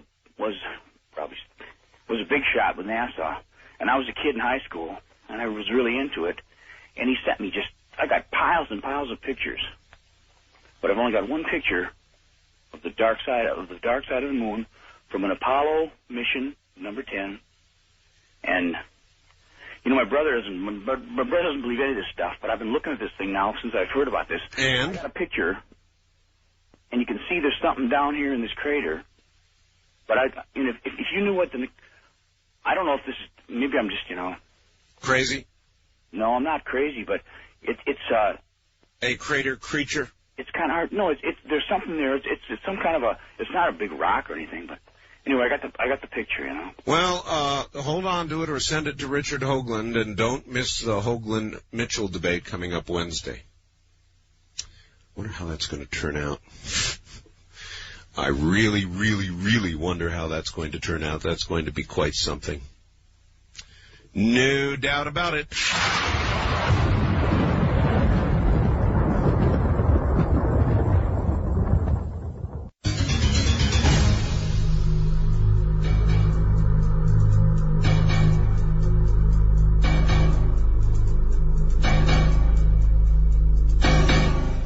Again, the magic of radio takes us to Cheyenne, Wyoming, and our affiliate there, KRAE. You're in Cheyenne, sir? Yes, hi, Art. Hi. This is Jimmy. Hi, Jimmy. What can you tell us about the water there?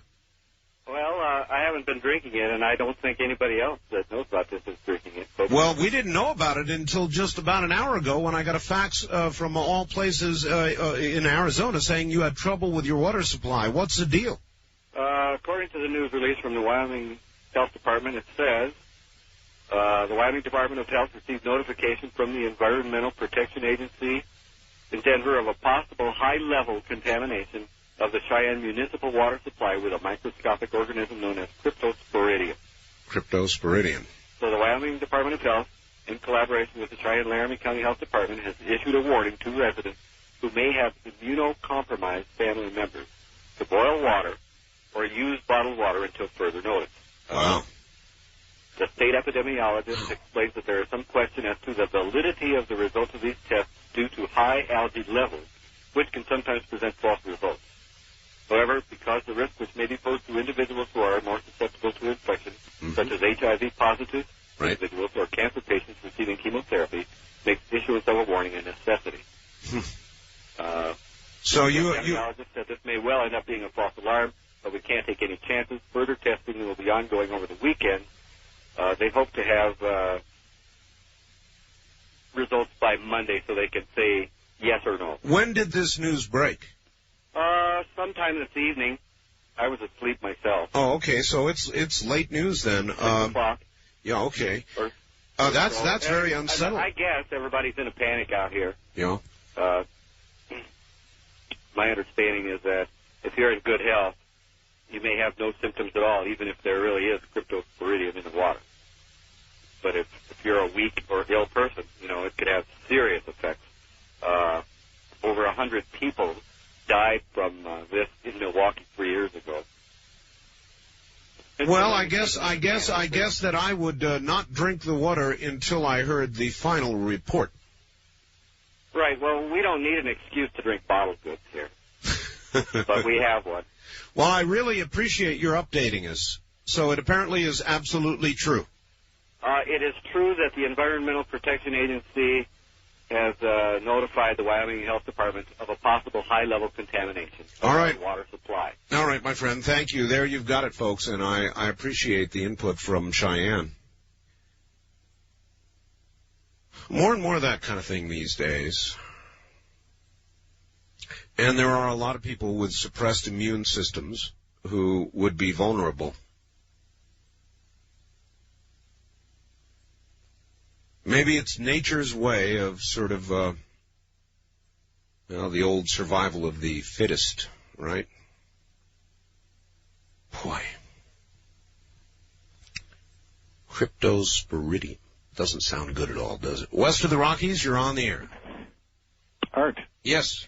Yes, I've been listening to Jack here in Vancouver, BC. Yes, sir. I've been listening with interest all the chupacabra discussion going down. I've just been thinking about different places it might have showed up in literature and history. And the first one I thought of was a book from somewhere in the middle 1800s. It's called A Son of Noah.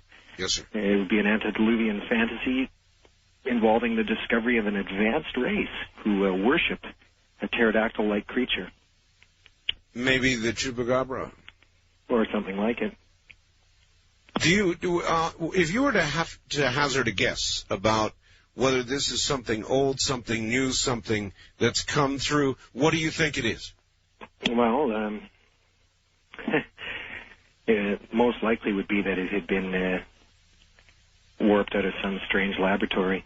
I would think if it was new. If it's something old, then we're probably in trouble. And maybe the 5-foot egg is a Super Chupa egg. And a Super Chupa egg. Oh, sir. Best I can do. Sorry. Super Chupa egg. That's pretty good, actually. Thank you very much for the call. Dr. Pournelle, who we had as a guest, said you really ought to have an M1A1. If there really is this big 5-foot egg, a turret should be pointed straight at it.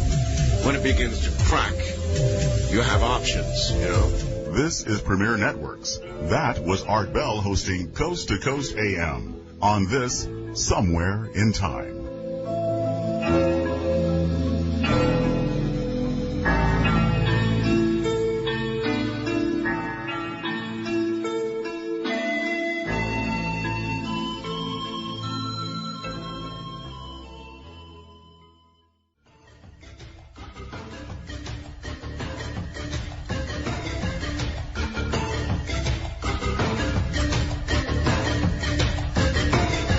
Somewhere in Time with Art Bell continues, courtesy of Premier Networks. Those of you on the IRC chat channel will be happy to hear the following. Beginning next week, I am picking up a second internet provider. So, yes, I'll come visit the IRC chat channel. That's beginning next week. I've been working on that for a while, and I didn't want to say anything until I had it nailed down. You'll hear about it next week. East of the Rockies, you're on the air. Hello. Hi, Hello. Charles from St. Louis. Hi, Charles. So you're not going to hear any more from this guy that sent the Roswell debris? Well, I just read you the last letter I got, and you heard it same as I did. So he's out of it. I read you the letter, sir. I can't tell you any more than that. Okay, so you haven't heard, you don't know when we're going to hear anything? I think we're going to have the results from the test, preliminary results anyway, by Dreamland Sunday. Oh, you will? Oh, I think so, yeah. Oh, good, okay. Because I was wondering about that, and I'll be listening for it. All right, well, we'll probably have it. I mean, Linda Howe's going to be here, and I got a message from her earlier today saying, well, I don't know. Anyway, we'll probably have something for you then. She said she had something on it, so we'll see. Hey, Art, I'll bet you whatever laid that 5-foot egg has a seriously bruised backside. What do you think, Richard and Covina? And that may be topped simply by Bryn Marie in San Francisco, who says, I've got pretty good guess as to the creature sounds, what the creature sounds like that laid that 5-foot egg. Ouch, is what she says. Yes, that would be. Of course, you know, a 5-foot egg might not be a problem for a 20-foot chicken. East of the Rockies, you're on the air. How you doing, Art? I'm all right. This is Daryl in Houston. Yes, sir. When are you going to get the shortwave on? Well, it's in progress, sir. It involves a transatlantic satellite link and a commissioning of a Eastern European large shortwave station. We're working on it now. Okay, because KTRH always cuts us off. Well, I mean, morning shows begin. Yeah, well, I want to hear it all. All right, sir. All right. Thank you.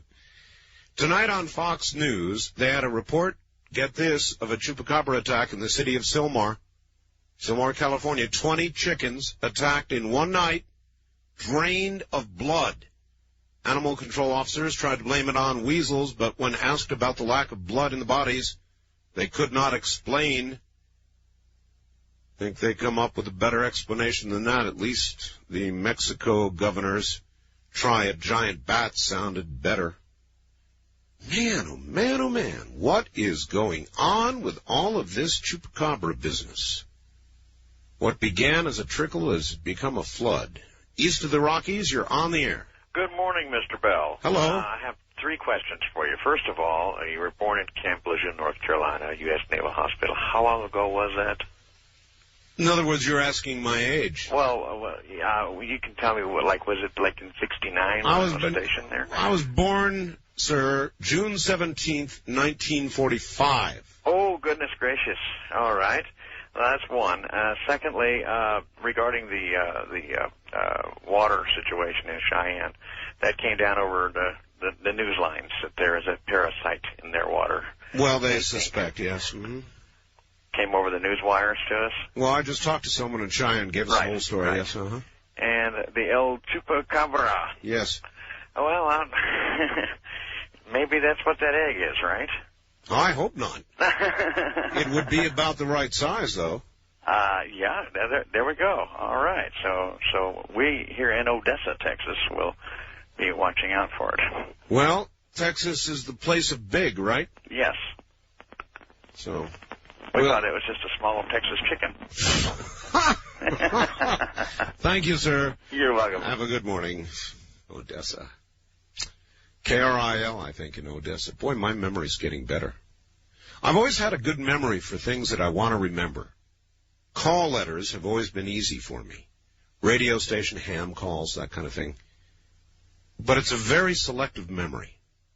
Very selective. Wildcard line, you're on the air. Hi. Hi, it's Elizabeth. Elizabeth. Hey, you know what, Elizabeth? What? I got a cryptic message earlier tonight saying that you had been banned from the local talk station up there. Well, is that true? A right-wing brother and a left-wing brother bought a radio station together. Really? Mm-hmm. And the left-wing brother is an incredibly good-looking attorney who won a very major free speech case here in Portland. Yes. And I was banned by the right-wing brother. Really? But the very last episode was... Why were you banned? Because they like to use liberals for cannon fodder. What do you think? Well, I know, but why would they ban you? I mean, if you don't have anything to aim your cannon at, what fun is it? Well, I haven't been banned by the left-wing brother. The last thing that happened, I called his show. The board operator was going to cut me off. The left-wing brother said, cut Elizabeth off, and I'm getting up and walking out of here, and you can do this show by yourself. Wow. And that was the end of it for now. I'm not calling that station anymore, but... I mean, what did you do to cause this? Just be yourself? No, I think I defended liberalism too successfully. Oh. Which is why I called, incidentally. Really? Well, actually, first of all, I have to tell you that I'm very depressed. Why? And I'm not going to stop being depressed until I can debate the quickening, until I can wrestle it to the floor, until I can drive a stake through its filthy little heart. Well, yeah, but you can't do that to something that exists. I mean, it's like people trying to erase history. I don't think so, and I think that I could drive a stake through its heart, and I want you to give me the chance to do that. But tonight, the reason I called Yes. is because, Charlie Liberal almost hit upon something. He missed. And, I don't really align myself with Charlie Liberal because I don't favor his particular slant on liberalism. I don't find it vigorous, robust enough, but... Really? Really. But, I've been thinking a lot about the difference between false conservatism, and I think this is what he was aiming at, and true conservatism. And there's a huge difference.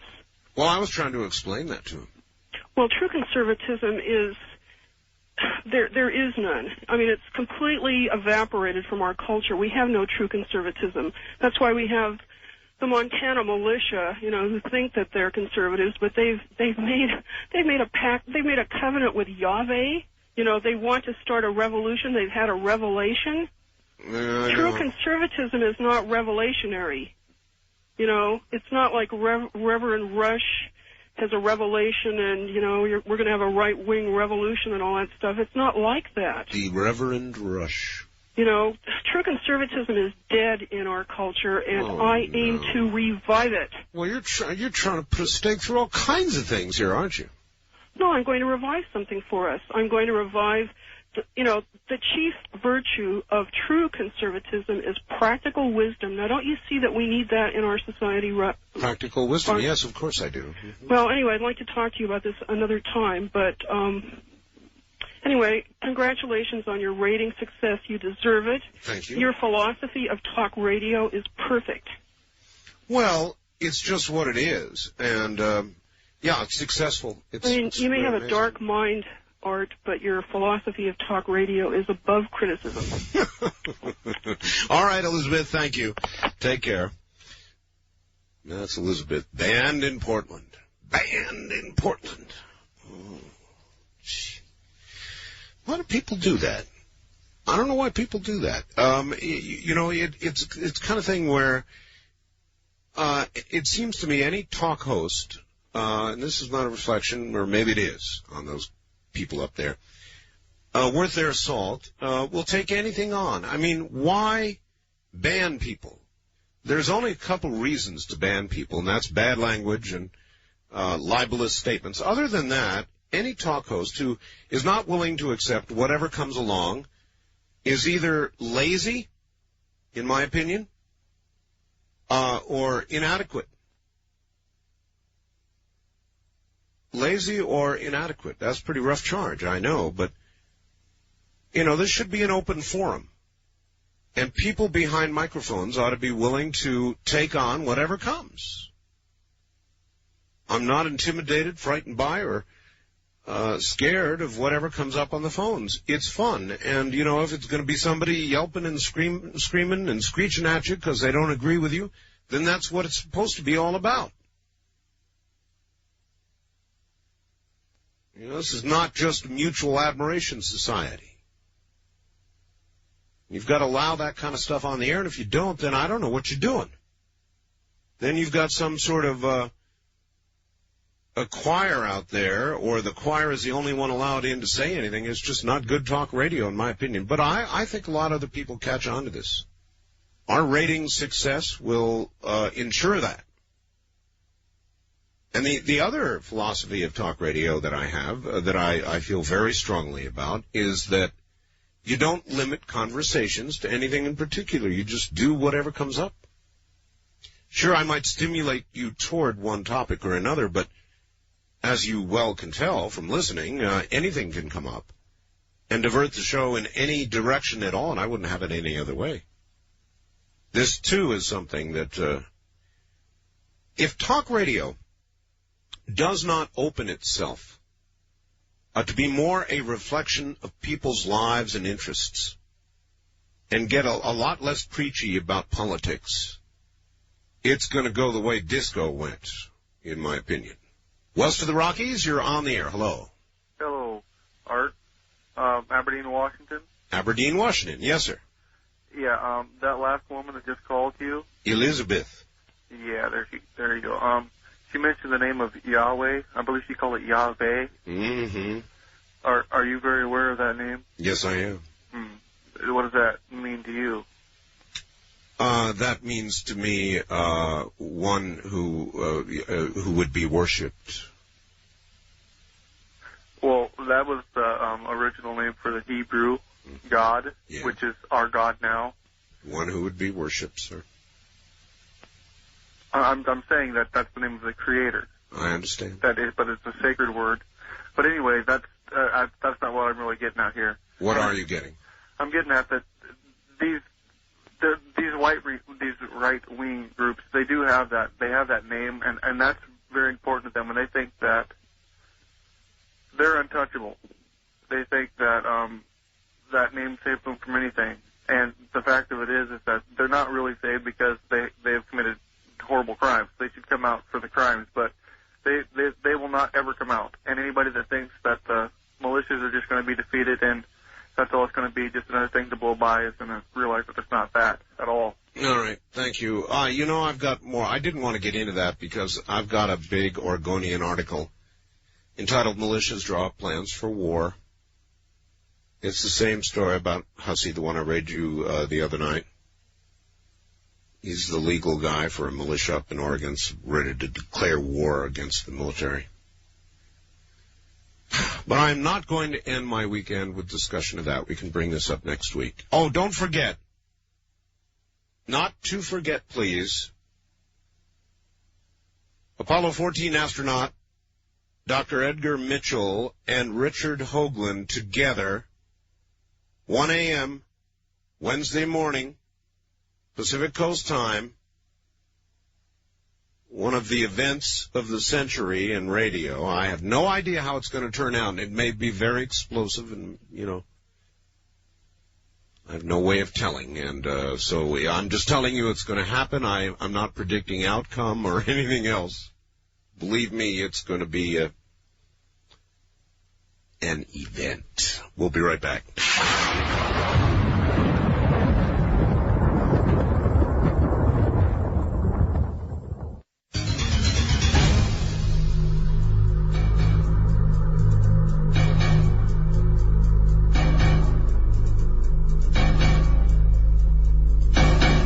East of the Rockies, you're on the air. Hi, Art. How you doing? I'm okay.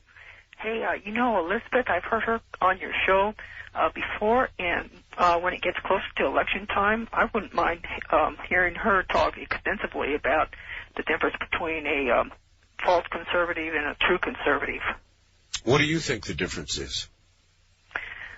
Well, I really don't know. I just have the typical ideas about liberalism and conservative.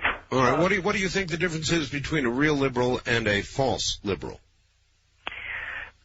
Well, it seems like the way conservatism is practiced in our society these days, it's really kind of mostly, greed, everybody getting after their own self with very little concern for.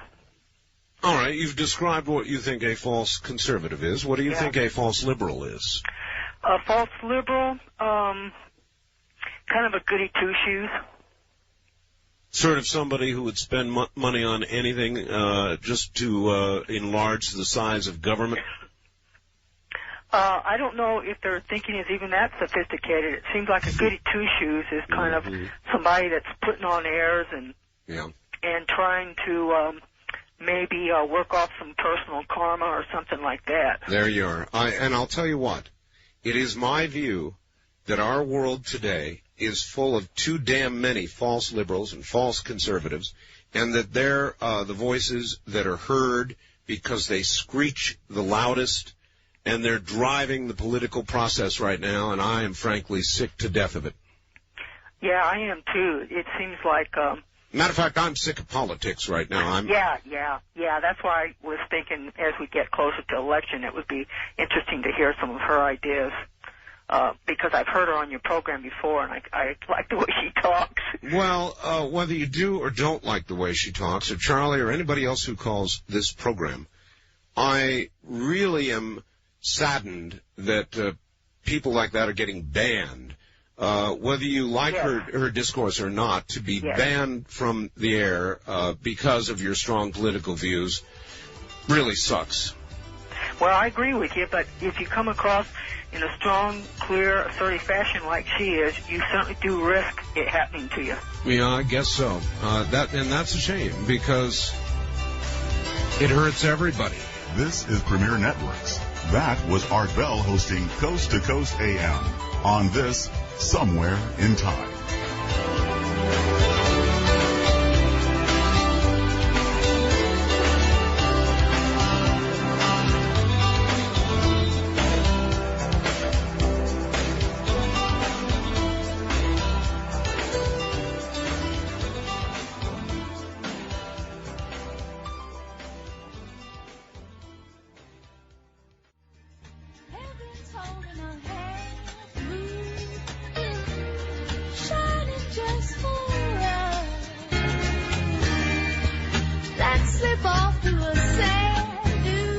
Listening to Art Bell, Somewhere in Time. Tonight featuring Coast to Coast AM from May 10, 1996. Well, it's Saturday morning. Once again, can you believe it?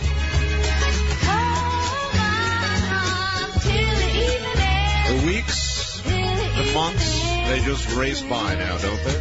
You don't have to answer.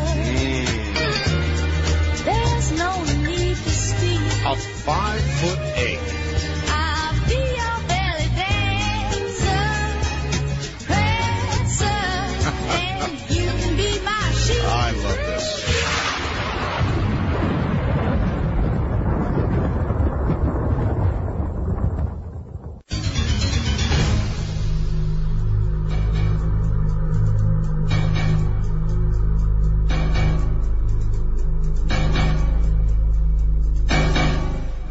East of the Rockies, you're on the air. Good morning, Art. How are you today? Fine. Hey, it's the weekend. You're right. Time is flying. Listen, kind of a crazy thought that just hit me because I was standing there minding my own business and thoughts hit me every once in a while. Sure. Wouldn't it be cool to have some sort of contest or some sort of way to have sort of a listener be a co-host for a little while? Yeah, I've thought of doing that. I think that'd be really cool. Also, through the use of Vidian, and wouldn't it be neat to tie that into, like, amateur television?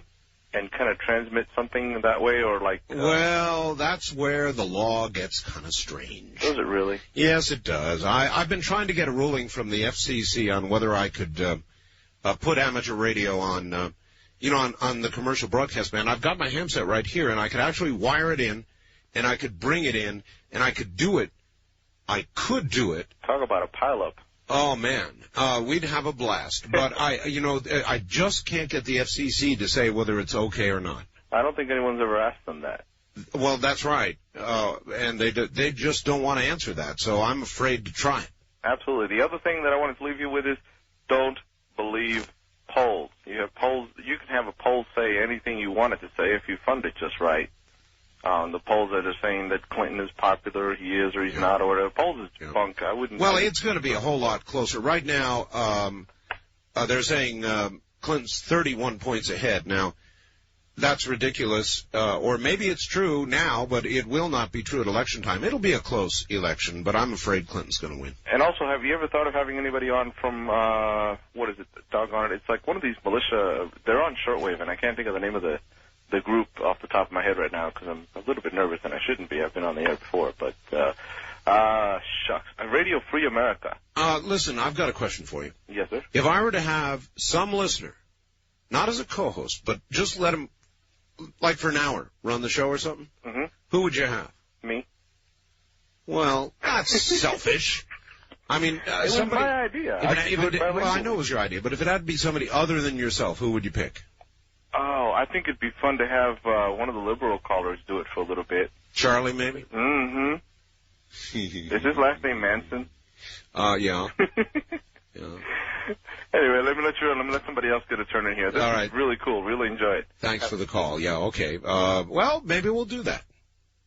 You know, I'm not against that. Let Charlie host it for an hour. Maybe Elizabeth, so she could drive a stake through the heart of the quickening.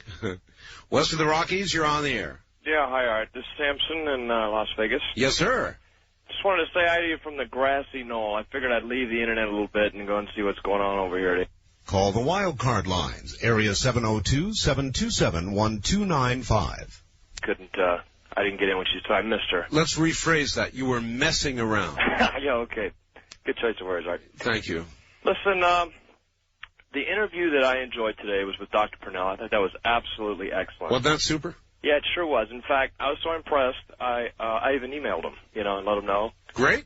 And I hope you don't file him away too deep. Hope he comes back. Well, I don't do that. Listen, let me ask you, what you think the outcome of Dr. Mitchell and Hoagland together will be? Well, to be honest with you, Art, I'm not quite the Hoagland fan that you are, but that doesn't matter. I'm asking you what the outcome will be. Well, personally, I really personally think that Hoagland is going to lose any side of any credible argument. It is going to be hard for him. Yeah, and you know what? I think it's necessary. I celebrate the debate. Yeah, I know. So do I. Yeah. So do I. And let me tell you, Hoagland is sending the photographs to Dr. Mitchell, so we're all going to be on the same page. And Hoagland can say, "Now take a look at that. What's that?" You know. Yeah. So that's believe me, I'll be listening. What day is that going to be on anyway? Wednesday at 1 a.m. Wednesday, well, I'll be where I'll have to tape it. But listen, what I was interested in, the information I wanted to get was in Dr. Pournelle's. He mentioned that craft that his prototype that he's testing. Yes, They were going to launch that. Is there any info or anything we can get? I'll see what I can find out. All right. Okay, great. And we'll get it on the webpage soon as we can. And by the way, my famous cat screech is up there as a WAV file for those of you that want it. It's on the Internet. Also, the story I told about the Chevy, that should be up there tomorrow, along with the chupacabra, the little chupa creature that you can get. I read a story about that yesterday. That'll be on the Internet tomorrow as well. If you have not visited my Internet site, it is a wealth of information and fun. If you've got a computer, go to www.artbell.com. It's kind of fun. There's a very great deal of stuff up there for you, and stuff that if you like this show, you will be very interested in. www.artbell.com. It's easy. First-time caller line, you're on the air. Hey, Art, I was just calling to make a mention about all these liberals that keep calling in. Yeah. Give you a different point of view here from a conservative view. One thing I was going to say is, like a previous caller just said, I wouldn't trust the polls. I think a lot of the conservatives, after we had that big sweep back in November, they're starting to get a little upset because things aren't going the way, we were all hoping it would be. There's a lot of infighting. Mm-hmm. Yeah, I think a lot of the conservatives are just scared to death to even touch the issue of gun control because the conservative voters typically don't speak that loud, so they don't know if they're going to be backed up if they do it or not. It's true. No, it's true. Mm-hmm. And a lot can change. Look, the election is not until November. In politics, that's a lifetime. Oh, yes. But, So, I mean, even you said it yourself. You said you're sick of politicians. I'm sick of the whole thing right now. I'm just not engaged, and I think I'm not unusual. I think most of the American public is either fed up or simply not engaged, not even interested. Yeah, I see a lot of that. I mean, one of the biggest things you need in a democracy is an educated public. And if you look at what the public school systems are turning out nowadays, they're getting a lot of people that believe anything they see on TV or hear on the radio. It's true. That really makes for some lousy voting. No, you're absolutely correct. Thank you. There will come a time closer to the election when people will, I hope, begin to get engaged if Bob Dole ever mounts a real campaign. But I don't know when that's going to be, and I do know right now they certainly are not. People are exasperated, frustrated, but not engaged. East of the Rockies, you're on the air. Good morning, Art. Taylor in Wichita. Well, how you doing? How's Wichita? I'm doing fine. I was happy to hear you're number one on our station here. Boy, I'll tell you, the ratings across the country have been astounding. Yeah, it's pretty cool. But it is a reflection of what I've been talking about here for the last hour. People are sick of the same old junk. Absolutely. It's much more exciting to hear about things like Chupacabra and crystals on the moon versus green cheese and bologna and which I'm really looking forward to that debate Wednesday night. That ought to be something. Unfortunately, that's the last hour we get you here, but I intend to listen at least for that time, whatever time they last, I guess. Uh-oh, now there's hum on your telephone. Well, that's true. Well, it wasn't there. It just appeared. Oh, dear, I don't know. It must be something in my... All right, it went away. I was going to say that damn NSA had it again. Oh, probably. I was going to tell you, I saw a couple weeks ago on Paranormal Borderline the drawing of the Chupacabra. Yes. And to me, it sort of looked like, if you've ever seen the movie Gremlins. Yes, I have. When they got, I forget they got West, anyway, when they got sort of, looking like lizards and stuff, it sort of looked like that to me. Right. But we didn't have a very good picture on the channel that night because we were having a storm. Oh. But when I seen, I thought, that reminds me of those ugly gremlins. Well, it certainly was ugly, wasn't it? Yes, it was, and I hope I never encounter one. They're frightening. The thought of it's frightening. It is, and now all of a sudden the reports are absolutely everywhere, and I'm trying to figure out, it's very, very hard, really, to try and figure out whether this is a growing, spreading urban myth, or whether it's real. I mean, the reports, my God, they're coming from everywhere. I know it. It's amazing what can happen when you just, say one little thing and, oh, boy, I don't know. And last fall, I've got to know, how's Comet doing? Comet is doing better every day. Good. Every day. And he's shown signs of wanting to walk up to me. He hasn't quite done it yet. That's improvement. But he sits there now, calmly, instead of running into walls. That's good improvement. And he listens to me. Well, good. Bless his little heart. He'll warm up after a while. He will, yes. Just takes time.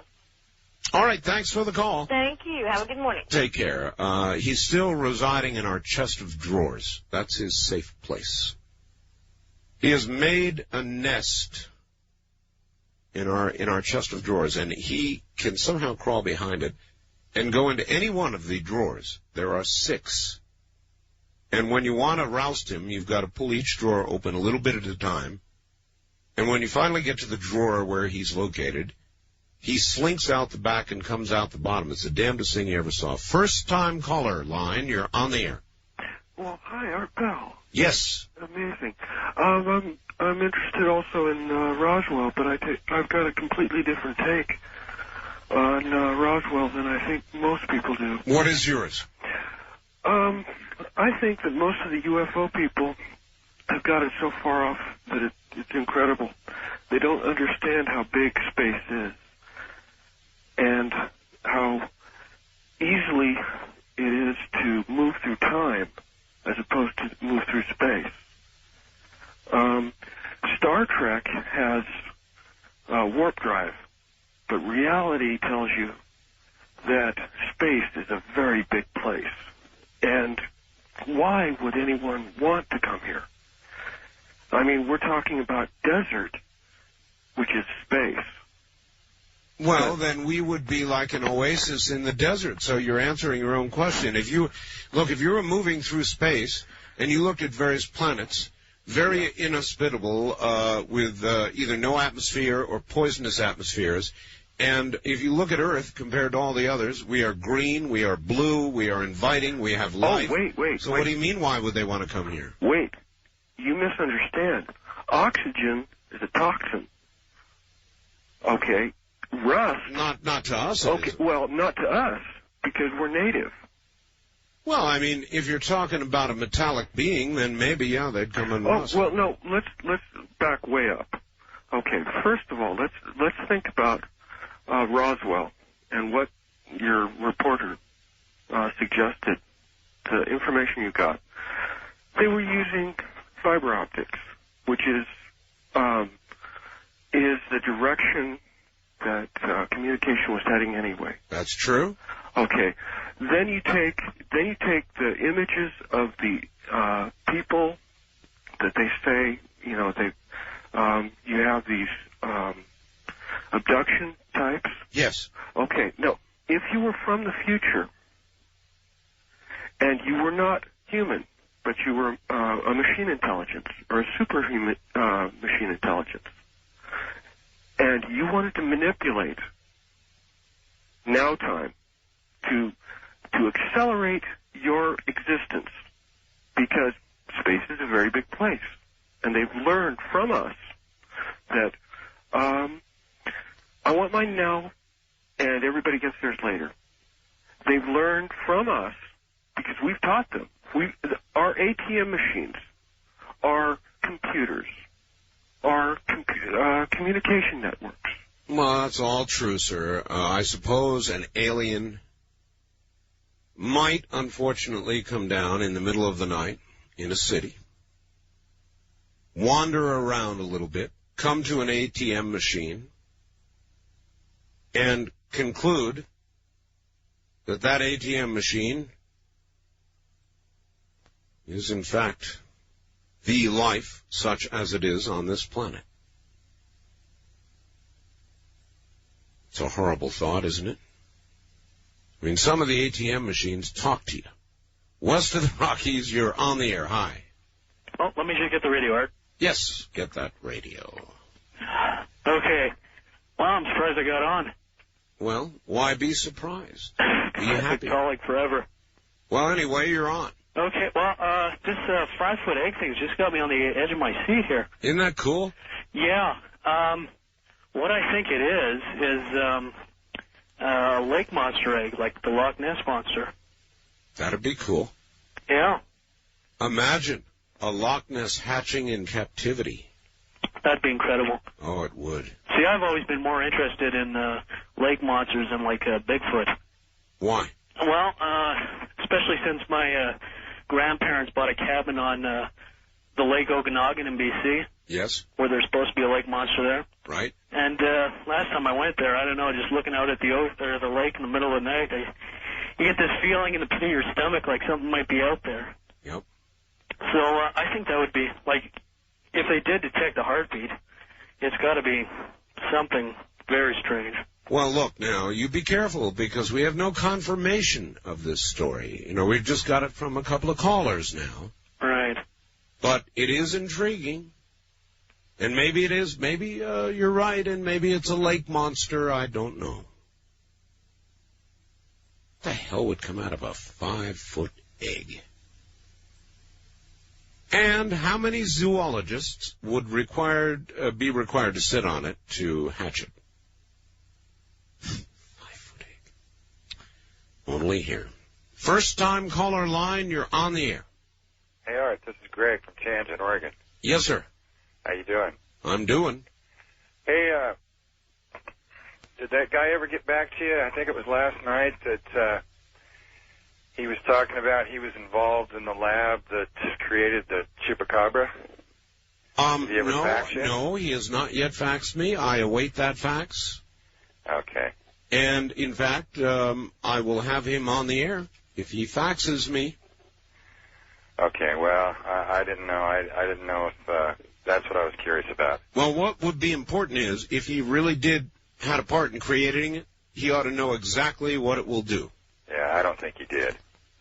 Oh, who knows? I don't think he did. I don't know. It sure seems damn funny that there's all these chupacabras running around, but we can't get a picture of one. Well, now, wait a minute. I had a call from Mexico, and they say they've got it in the newspaper. Yeah? Yeah. Huh. Okay, well, that's about all I had. I was just curious about that. All right. Well, stay close to home and watch your neck. Yeah, I'm out in the boonies. But I'm not too worried about it. All right. I'll probably just famous last words. Remember that? What me worry? Huh? I said famous last words. What me worry? Yeah, that's right. Mm-hmm. Okay, thanks. All right. Take care. West of the Rockies, you're on the air. Morning, Art. Hi. I have a statement and an inquiry. All right. One thing, I don't think I'd get pregnant for $1 million. And another thing is, I was curious about that man that stole all those Transformers. And Madman Markham. I wonder whatever happened to him. Hadn't heard anything in a long time. I'm going to have Madman on. I know where he is. I know his phone number. He is still in this dimension. Well, good. And we will have him on again. Well, good. I'll be looking forward to that. All right. Thank you. You're welcome. Take care. Wildcard line, you're on the air. Hello, this is Mike in Honolulu. Hi, Mike. Last night you had a caller that said... Mike, turn your radio off. Yeah, okay. He said some cowboy over in Mexico had killed one of those chingaderos or whatever. That's right. Did you ever get... Hello? Hello? Did you ever get any more information on that? No, except tonight we heard that there is a chupacabra that may have drowned, and they've got the body, and they've got photographs of it that have appeared now in Mexican newspapers. That's all I know. Oh, well, that would be proof. All these stories they have one thing in common. No proof, no evidence. Well, what about a photograph? I mean, that's not exactly chicken feed. Well, I don't know about that. But listen, my program is over. So you get the opportunity to say, Aloha, America. Aloha, America. That's it, folks. We're out of time. Dreamland Sunday, maybe a report on the Roswell pieces or its parts. Back with the syndicated show Monday night, Tuesday morning. Good night, America.